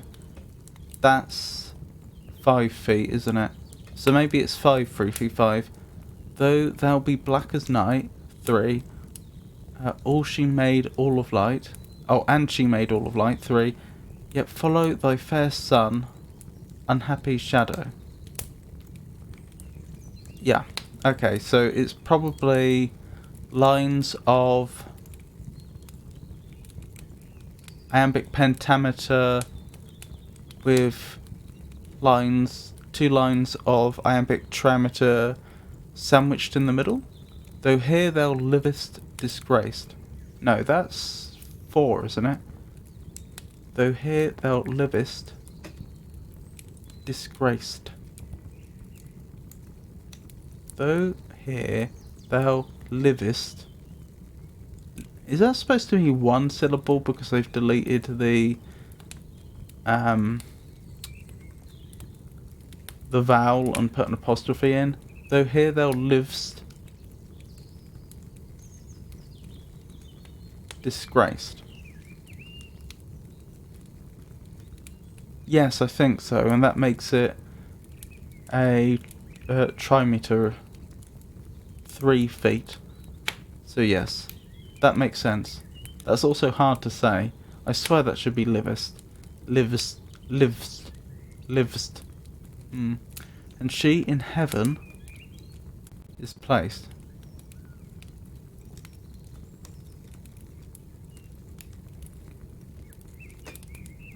That is clearly 7 syllables. Then again, that just adds a feminine ending. Placed.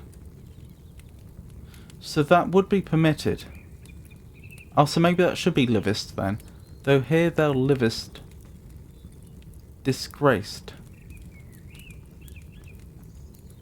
Though here thou livest disgraced. That doesn't work.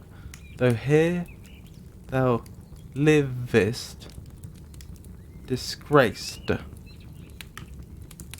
Why doesn't that work? I've forgotten. Is there a ready way for me to... I've forgotten how I do highlighting. Not highlighting, drawing.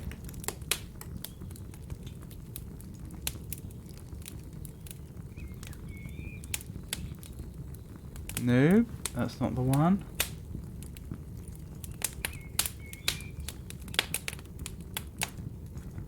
There we go. Where were we? So we have though here. Nope.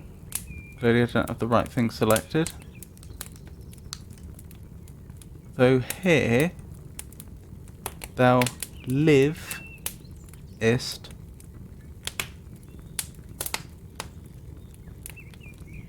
disgraced. Oh, so yeah, I think that is livest. And that's how we make it work. Though here, first foot, thou livest. Sorry. Though here thou livest. That's 2 feet. Disgraced. And so we've got a feminine ending. Graced.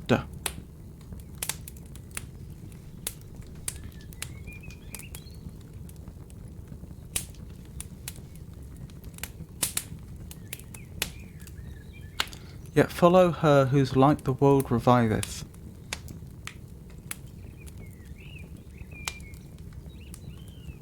Yet follow her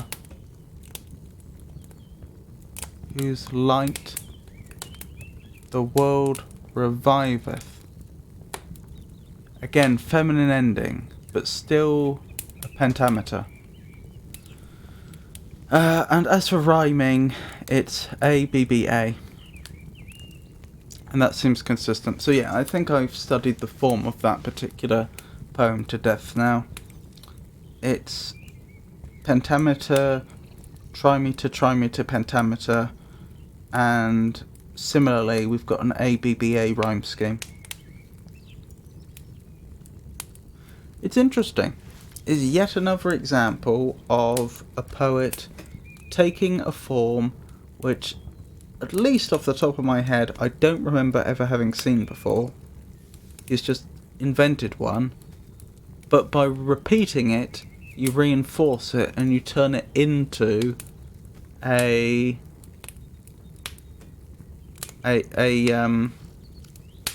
confident form. I wonder what effect he was going for, because I doubt it was random. It could have, well, I don't mean random, do I? Arbitrary. I doubt it was arbitrary that he chose this form, but I don't know why. Anyway, part 2. Hold on. Did we even look at meaning? No, we didn't. Follow thy fair sun, unhappy shadow, though thou be black as night, and she made all of light, yet follow thy fair sun, unhappy shadow. That sounds like the subject of the poem is a man who is romantically attracted to a woman, and he seems himself as lowly, and she as being on some sort of pedestal. But then this is also being couched in terms of holy language. Follow her whose light thy light depriveth. Okay, so that suggests not only does this person see themselves as lowly, but that their very presence diminishes her. Though here thou livest disgraced, and she in heaven is placed, yet follow her whose light the world reviveth. That's interesting. I'm not sure what it means by whose light the world reviveth. Why would the light revive her light? Sorry. No, that's right. Why would the world revive her light? Follow those pure beams, whose beauty burneth, that so have scorched thee, as though thou still black must be, till her kind beams thy black to brightness turneth. Interesting. So this could either be indications that he has been shunned by her, or that she is trying to improve him. Follow her, while yet her glory shineth. Here comes a luckless night, that will dim all her light, and this the black unhappy shade divineth. Interesting. So the lowly man seems to predict that a luckless night is to come that will dim her light. Follow still, since thy fate's ordained. The sun must have his shade, till both at once do fade. The sun still proved, the shadow still disdained. That just seems to be indicating that they are meant for each other, that almost opposites attract. You can't have a shadow without light. Right, so part 2. Follow your saint, follow with accent sweet. Haste you, sad notes, fall at her flying feet. There, wrapped in the cloud of sorrow, pity move, and tell the ravisher of my soul I perish for her love. But if she scorns my never-ceasing pain, then burst with sighing in her sight, and ne'er return again. All that I sung still to her praise did tend, still she was first, still she my songs did end. Yet she made my love and music both to fly, the music her echo is and beauty's sympathy. Then let my notes pursue her scornful flight, it shall suffice that they were breathed and died for her delight. Right, so more slowly. Follow your saint, follow with accent sweet. Well, follow your saint seems to be a repetition of the same themes we previously read. Follow with accent sweet? Does that mean just speaking sweet nothings? Or does that refer to something else? So let's look up accents to see.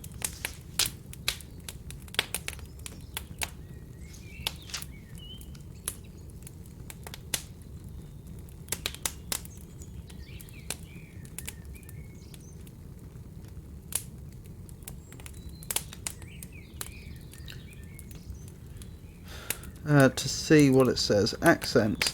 Prominence given to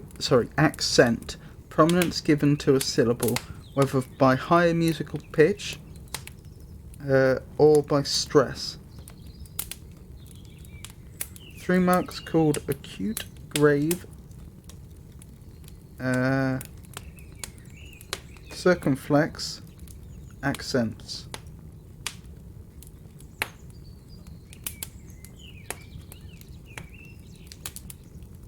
Used for various purposes. To indicate syllabic pitch, quality of vowel sound, etymological history, metrical stress, syllabic stress, the facts of a letter's not being silent, or conventional distinction between homonyms. Individual, local, or national mode of pronunciation. Modulation to express feeling. In prosody, rhythmical stress. Music, stress recurring at intervals, regular or otherwise. Intensity, sharp distinction.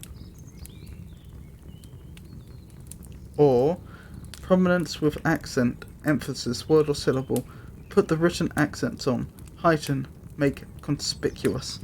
So yes, nothing there that stands out to me. So it says follow with accent sweet. I assume it means just following, saying sweet things. Haste you, sad notes, fall at her flying feet.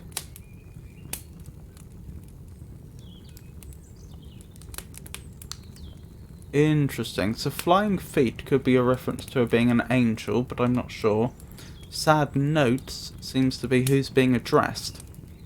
So again, this figures with the themes of being a lowly person, the idea that you're a contemptible creature, something to be pitied. There, wrapped in cloud of sorrow, pity move.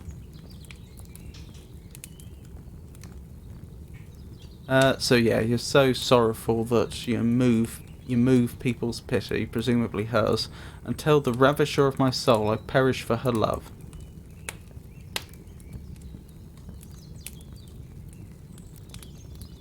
Goodness me, that's a lot. That's a very long line.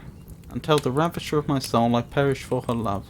So she must be the ravisher of my soul.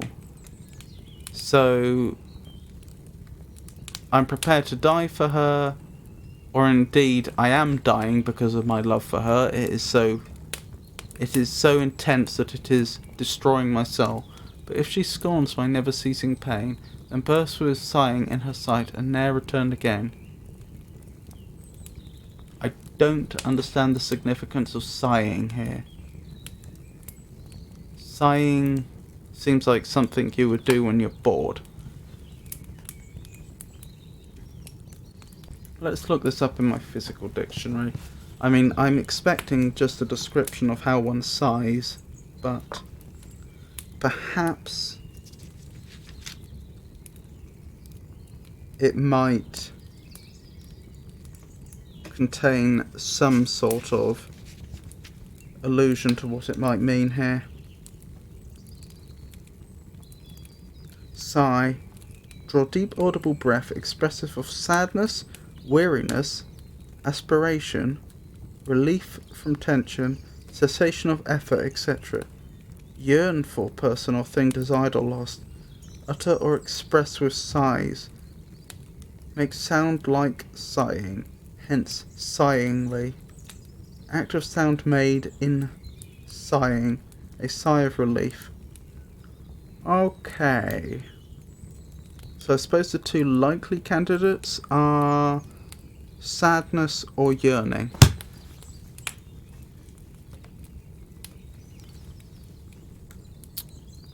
But if she scorns my never-ceasing pain, then bursts with sighing in her sight, and ne'er return again. Then bursts, that seems to suggest almost an explosive action. Then bursts with sighing in her sight, and ne'er return again.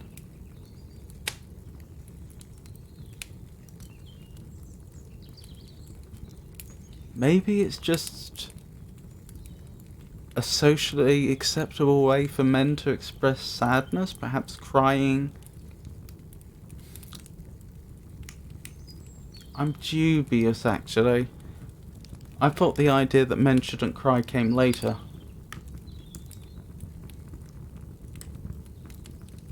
Well, I say shouldn't cry. I don't think it ever actually... I don't think that was ever actually...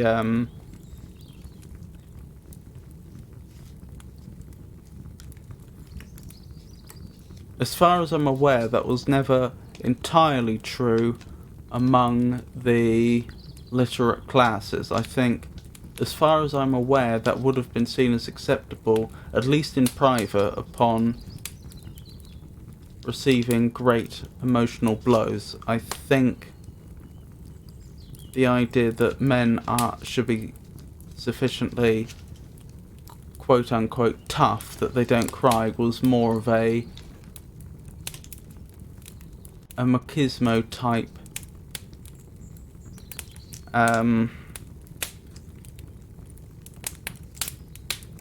principle established among the historic lower classes, I think.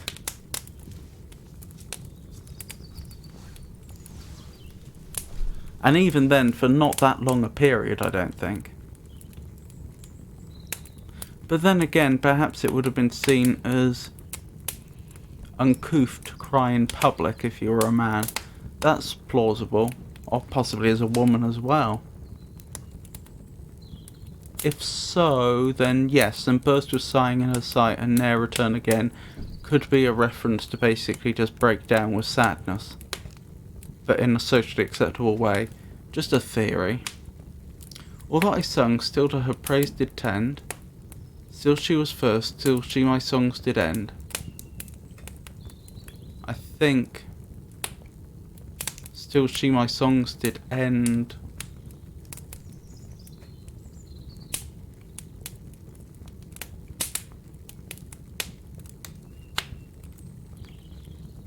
Still she was first, still my songs did end. Does that mean she ended your songs?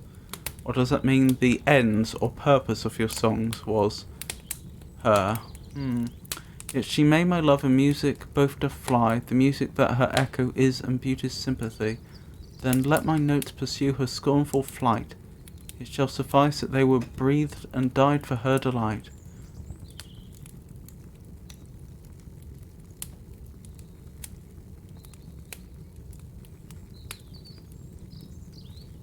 I think it is suggesting that once she scorned the speaker, their songs, they ceased producing songs. I could be wrong. But I think the overall meaning here is that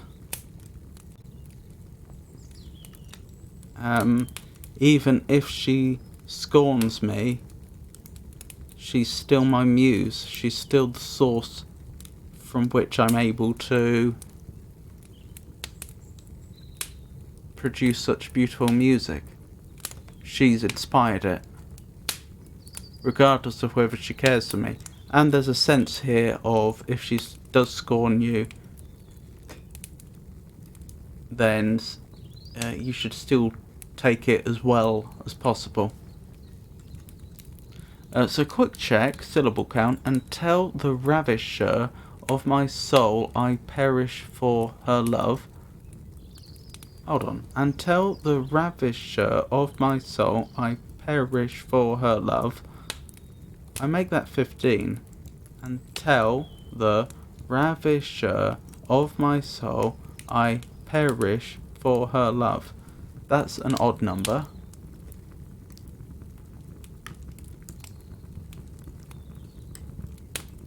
That is an odd number. And compare that with the 4th verse in the 2nd stanza. The music that her echo is, and beauty's sympathy. 14. That only works if it's 7 feet, and in the 1st stanza, the 4th verse has a feminine ending, in which case it would be for her love, not for her love, which is possible. So that would be, and tell the ravisher of my soul I perish for her love. That doesn't quite work. So no, I don't get the scansion here. What I really wanted to do was check and see if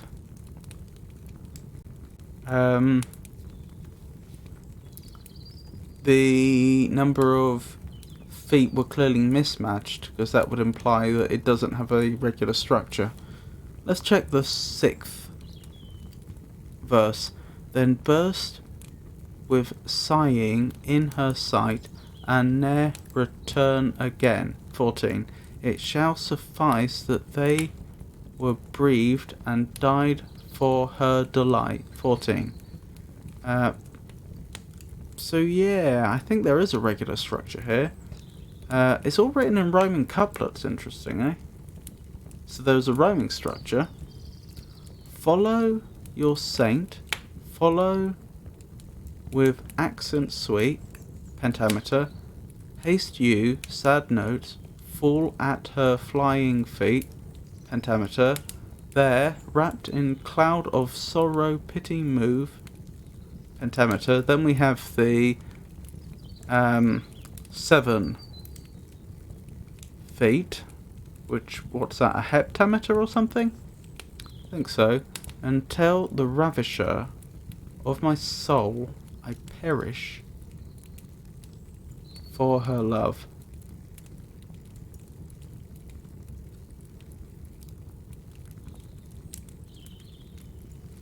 Why do I get the feeling that one of the syllables isn't supposed to be pronounced?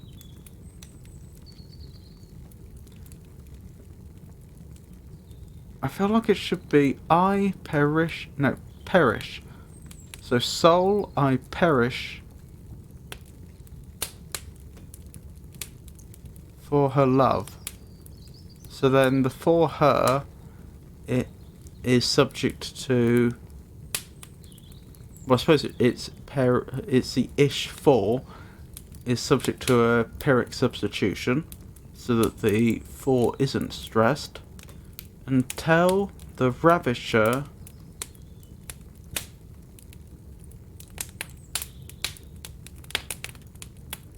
the only way to make the scansion work, I feel like, is to treat the of my as if it's one syllable, even though it clearly isn't.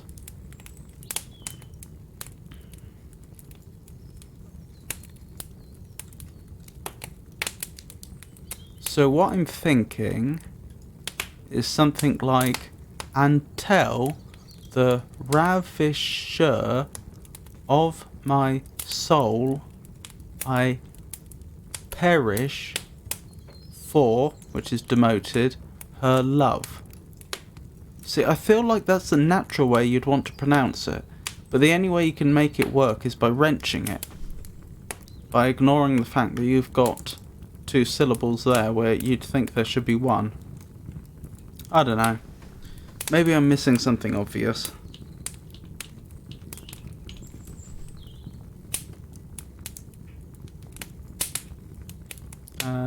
How do I close this? There we go. Anywho, I think that's enough poetry for today. Oh, sorry, Jenny, I only just noticed your comment. Is her in the poem, follow her, really a person or an analogy?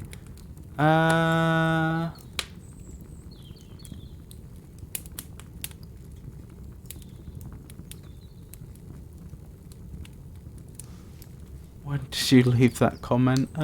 Oh, it would have been here. Follow her, or yet her glory shineth.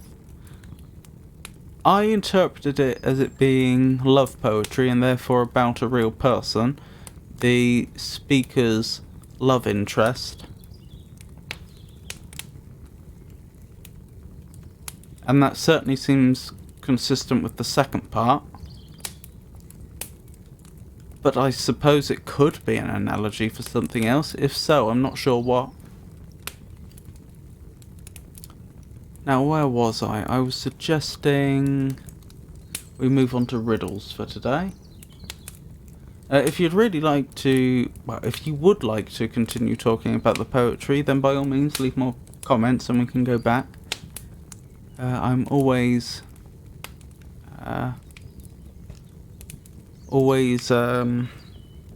happy to answer and discuss some more. But in the alternative, we'll start the riddles for today. And I believe the last riddle we looked at was presumably 145. Which is that's the one we read. I believe that's the one we read last week. So to recap, my head is well furnished, without you will own, but to tell you the truth, for brains I have none. Yet like those who are obliged to their wits for their bread, what keeps my teeth going still comes from my head. My throat is but narrow, yet wide are my jaws. I eat without chewing, my teeth are like claws. As a child that is fed by its nurse, I ne'er eat, but when either another prepares me my meat, 'tis true she will taste when she feeds me, so let her. For the oftener she does so, it goes down the better. Sorry music I make, yet a flute or a fiddle does not turn to account half so much as this riddle. I believe the answer to that was some type of loom. Was it a loom? No. The other one.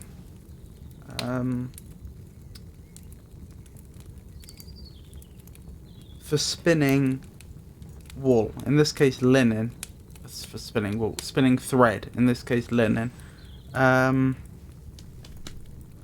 forgotten the name of it. But that device. So let's see.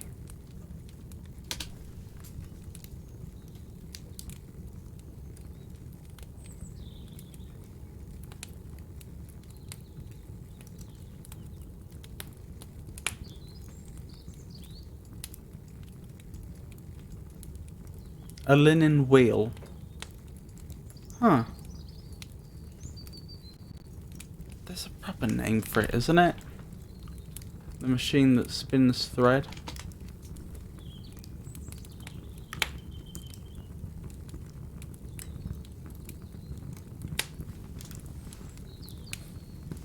Just a second, this is bothering me.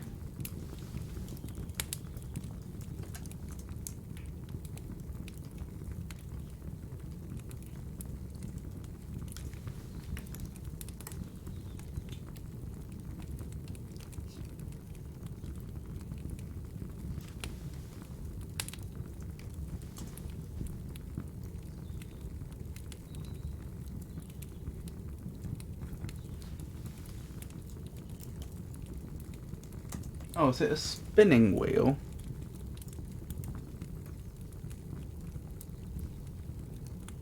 Oh yeah, that's all it is, a spinning wheel. Okay.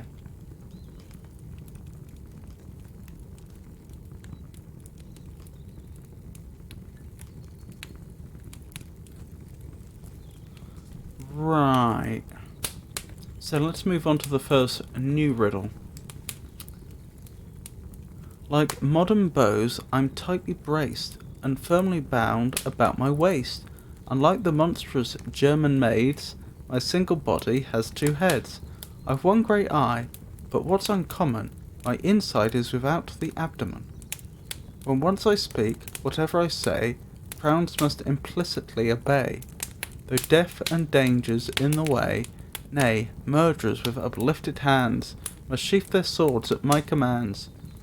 But that you may discover me, know I am banged like a walnut tree, and yet for blows care not a souse, but sadly dread a little mouse, and that I mayn't remain a wonder, though born of earth, like heaven I thunder.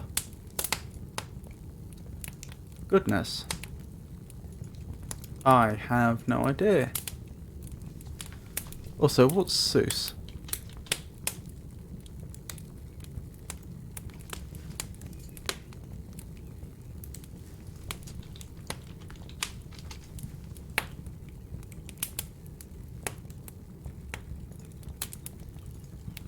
To salt pickle. Something kept or steep in brine.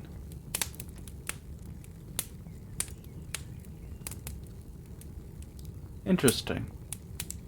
So I give not a souse means I give not a pickle. Oh, apparently it's pronounced souse. I give not a souse.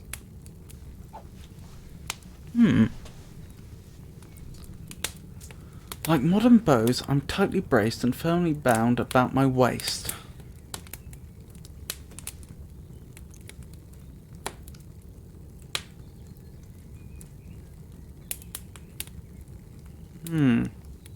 Unlike the monster German maids, my single body has two heads. No idea what that's a reference to, but something with two heads.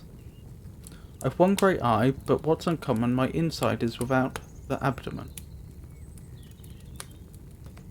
But once I speak, whatever I say, crowns must implicitly obey. So it can communicate in some sense, in the way that, you know, for example, a clock could communicate. Not that it actually has a will and is trying to express something, but that there is some, in some sense, information is being conveyed. Though death and dangers in the way, crowns must implicitly obey, though death and dangers in the way. Crown, so what, royalty? Nay, murderers with uplifted hands must sheath their swords at my commands. But that you may discover me, now I am banged like walnut tree. I've no idea why it's referring to a walnut tree being banged. Perhaps they were shaken to cause walnuts to fall down or something, I don't know. And yet for blows care not a souse, but sadly dread a little mouse. Again, that might suggest some sort of plant life, maybe? What would a mouse attack? And that I mayn't remain a wonder, though born of earth like heaven I thunder. Born of earth, and it thunders. Jenny says, my single body has two heads, and danger. A drum?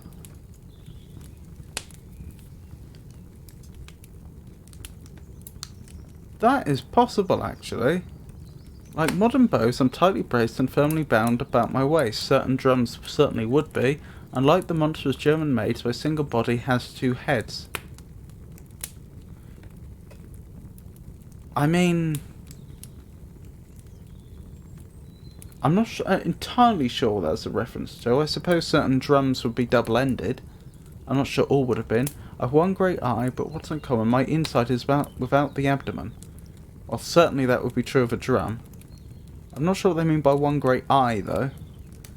When once I speak, whatever I say, crowns must implicitly obey, though death and danger's in the way. That figures with a drum, especially a military drum. Nay, murderers with uplifted hands must sheath their swords at my commands. But that you may discover me, know that I'm banged like a walnut tree. Yeah, this all figures with being a drum. I think you may have solved it, Jenny. And yet for blows care not a souse, but sadly dread a little mouse, because a mouse might try and eat through a drum. And that I mayn't remain a wonder, though born of earth like heaven I thunder. I think you're right. I think it's a drum. I think you may have solved it. This was 146, I think.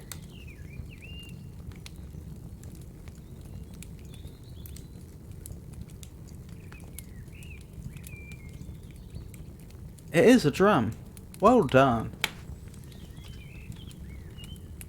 I could certainly believe a mouse would eat a drum, especially since you have to bear in mind that when this was written, drums wouldn't have been made out of artificial materials because they didn't have them.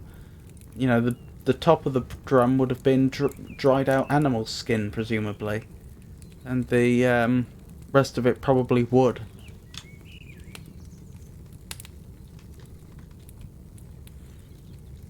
Right.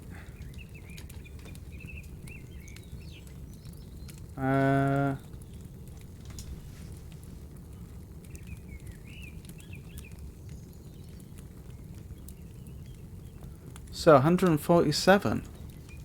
I am of wondrous parts composed, and of a tawny feature, set for my size in holy writ, before a monstrous creature. With wings and dart I'm fortified, so armed with courage brave, was mighty Hector now on earth, some of his blood I'd have. I soon could wound Goliath great, of Gath was he but here, in spite of his rich coat of mail, his helmet, plate, or spear. Was Guy of Warwick now on horse, with sword and lance so keen, I could beset and make him taste the sharpness of my spleen.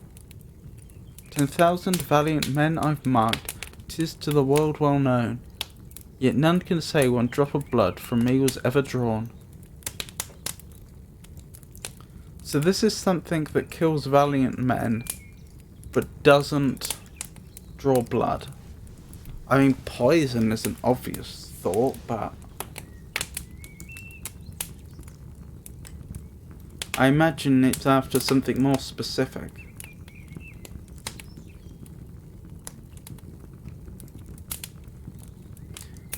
I am of wondrous parts composed and of tawny feature. Tawny, does that mean brownish?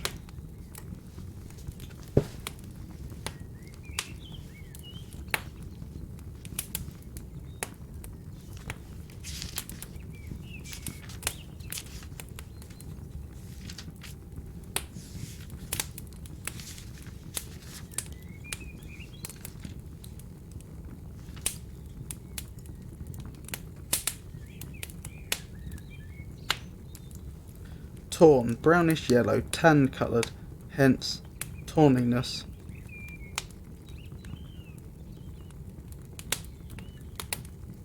Slit thong for chastising children.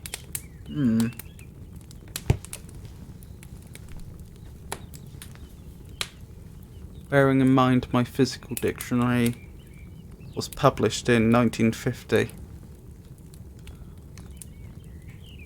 Wings and dart and blood, a mosquito. That's not a bad guess.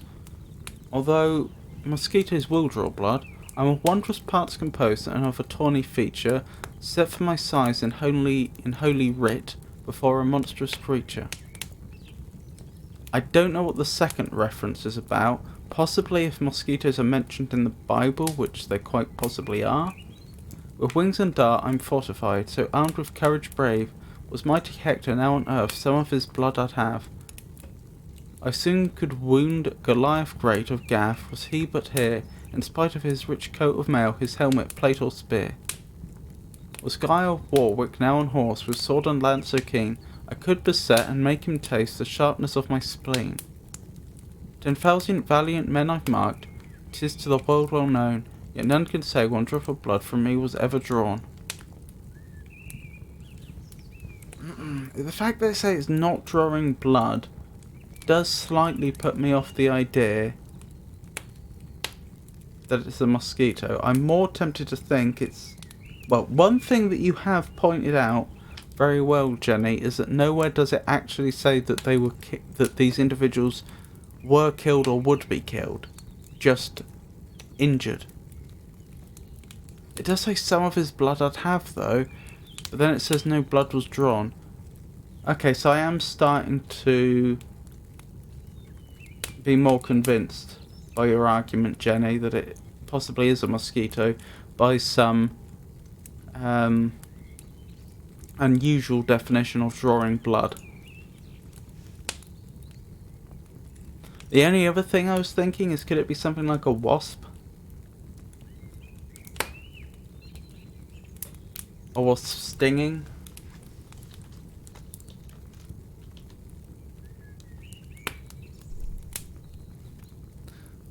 But no, I think you might be right about a mosquito. Since it does specifically say about having blood. A gnat. Oh, a gnat. Is that a type of flea?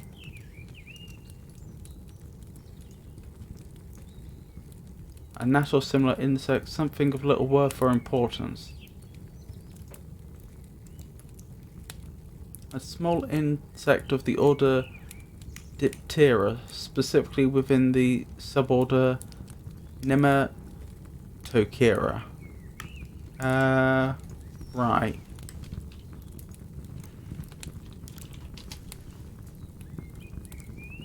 A gnat is any or many species of tiny flying insects in the dipterid suborder Nematocera, especially those in the families Mycetophilidae, Anisopodidae, and Sciaridae. They can be both biting and non-biting. Most often they fly in large numbers called clouds. Gnat is a loose descriptive category rather than a phylogenetic or other technical term, so there is no scientific consensus on what constitutes a gnat. Some entomologists consider only non-biting flies to be gnats. Certain universities and institutes also distinguish eye gnats. The Smithsonian Institution describes them as non-biting flies no bigger than a few grains of salt, attracted to fluids secreted by your eyes.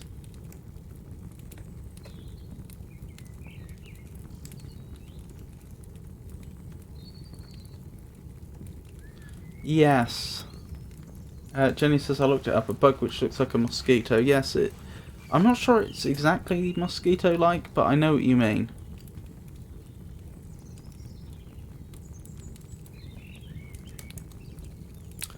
Yeah, I suppose I should have stopped and thought about other animals which also... I've gone too far, haven't I? About other animals that bite humans.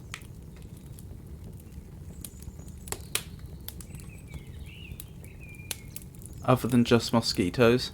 But it was a very good guess, Jenny.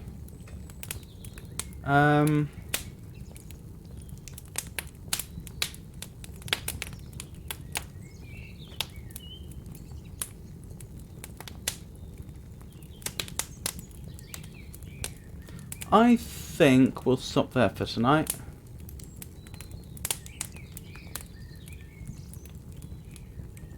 So, thank you for coming, everyone. Oh, Jenny says, well, even for insects, there are several other types of insects that would attack human beings and animals, such as bees. Usually bees don't. There are some bees that will, especially some of the African bees. But I think most species of bee don't really care about humans unless they're actively attacking the nest. But wasps, definitely. And like I say, some African bees will. What was I thinking? Yes, but it did specifically say about having someone's blood.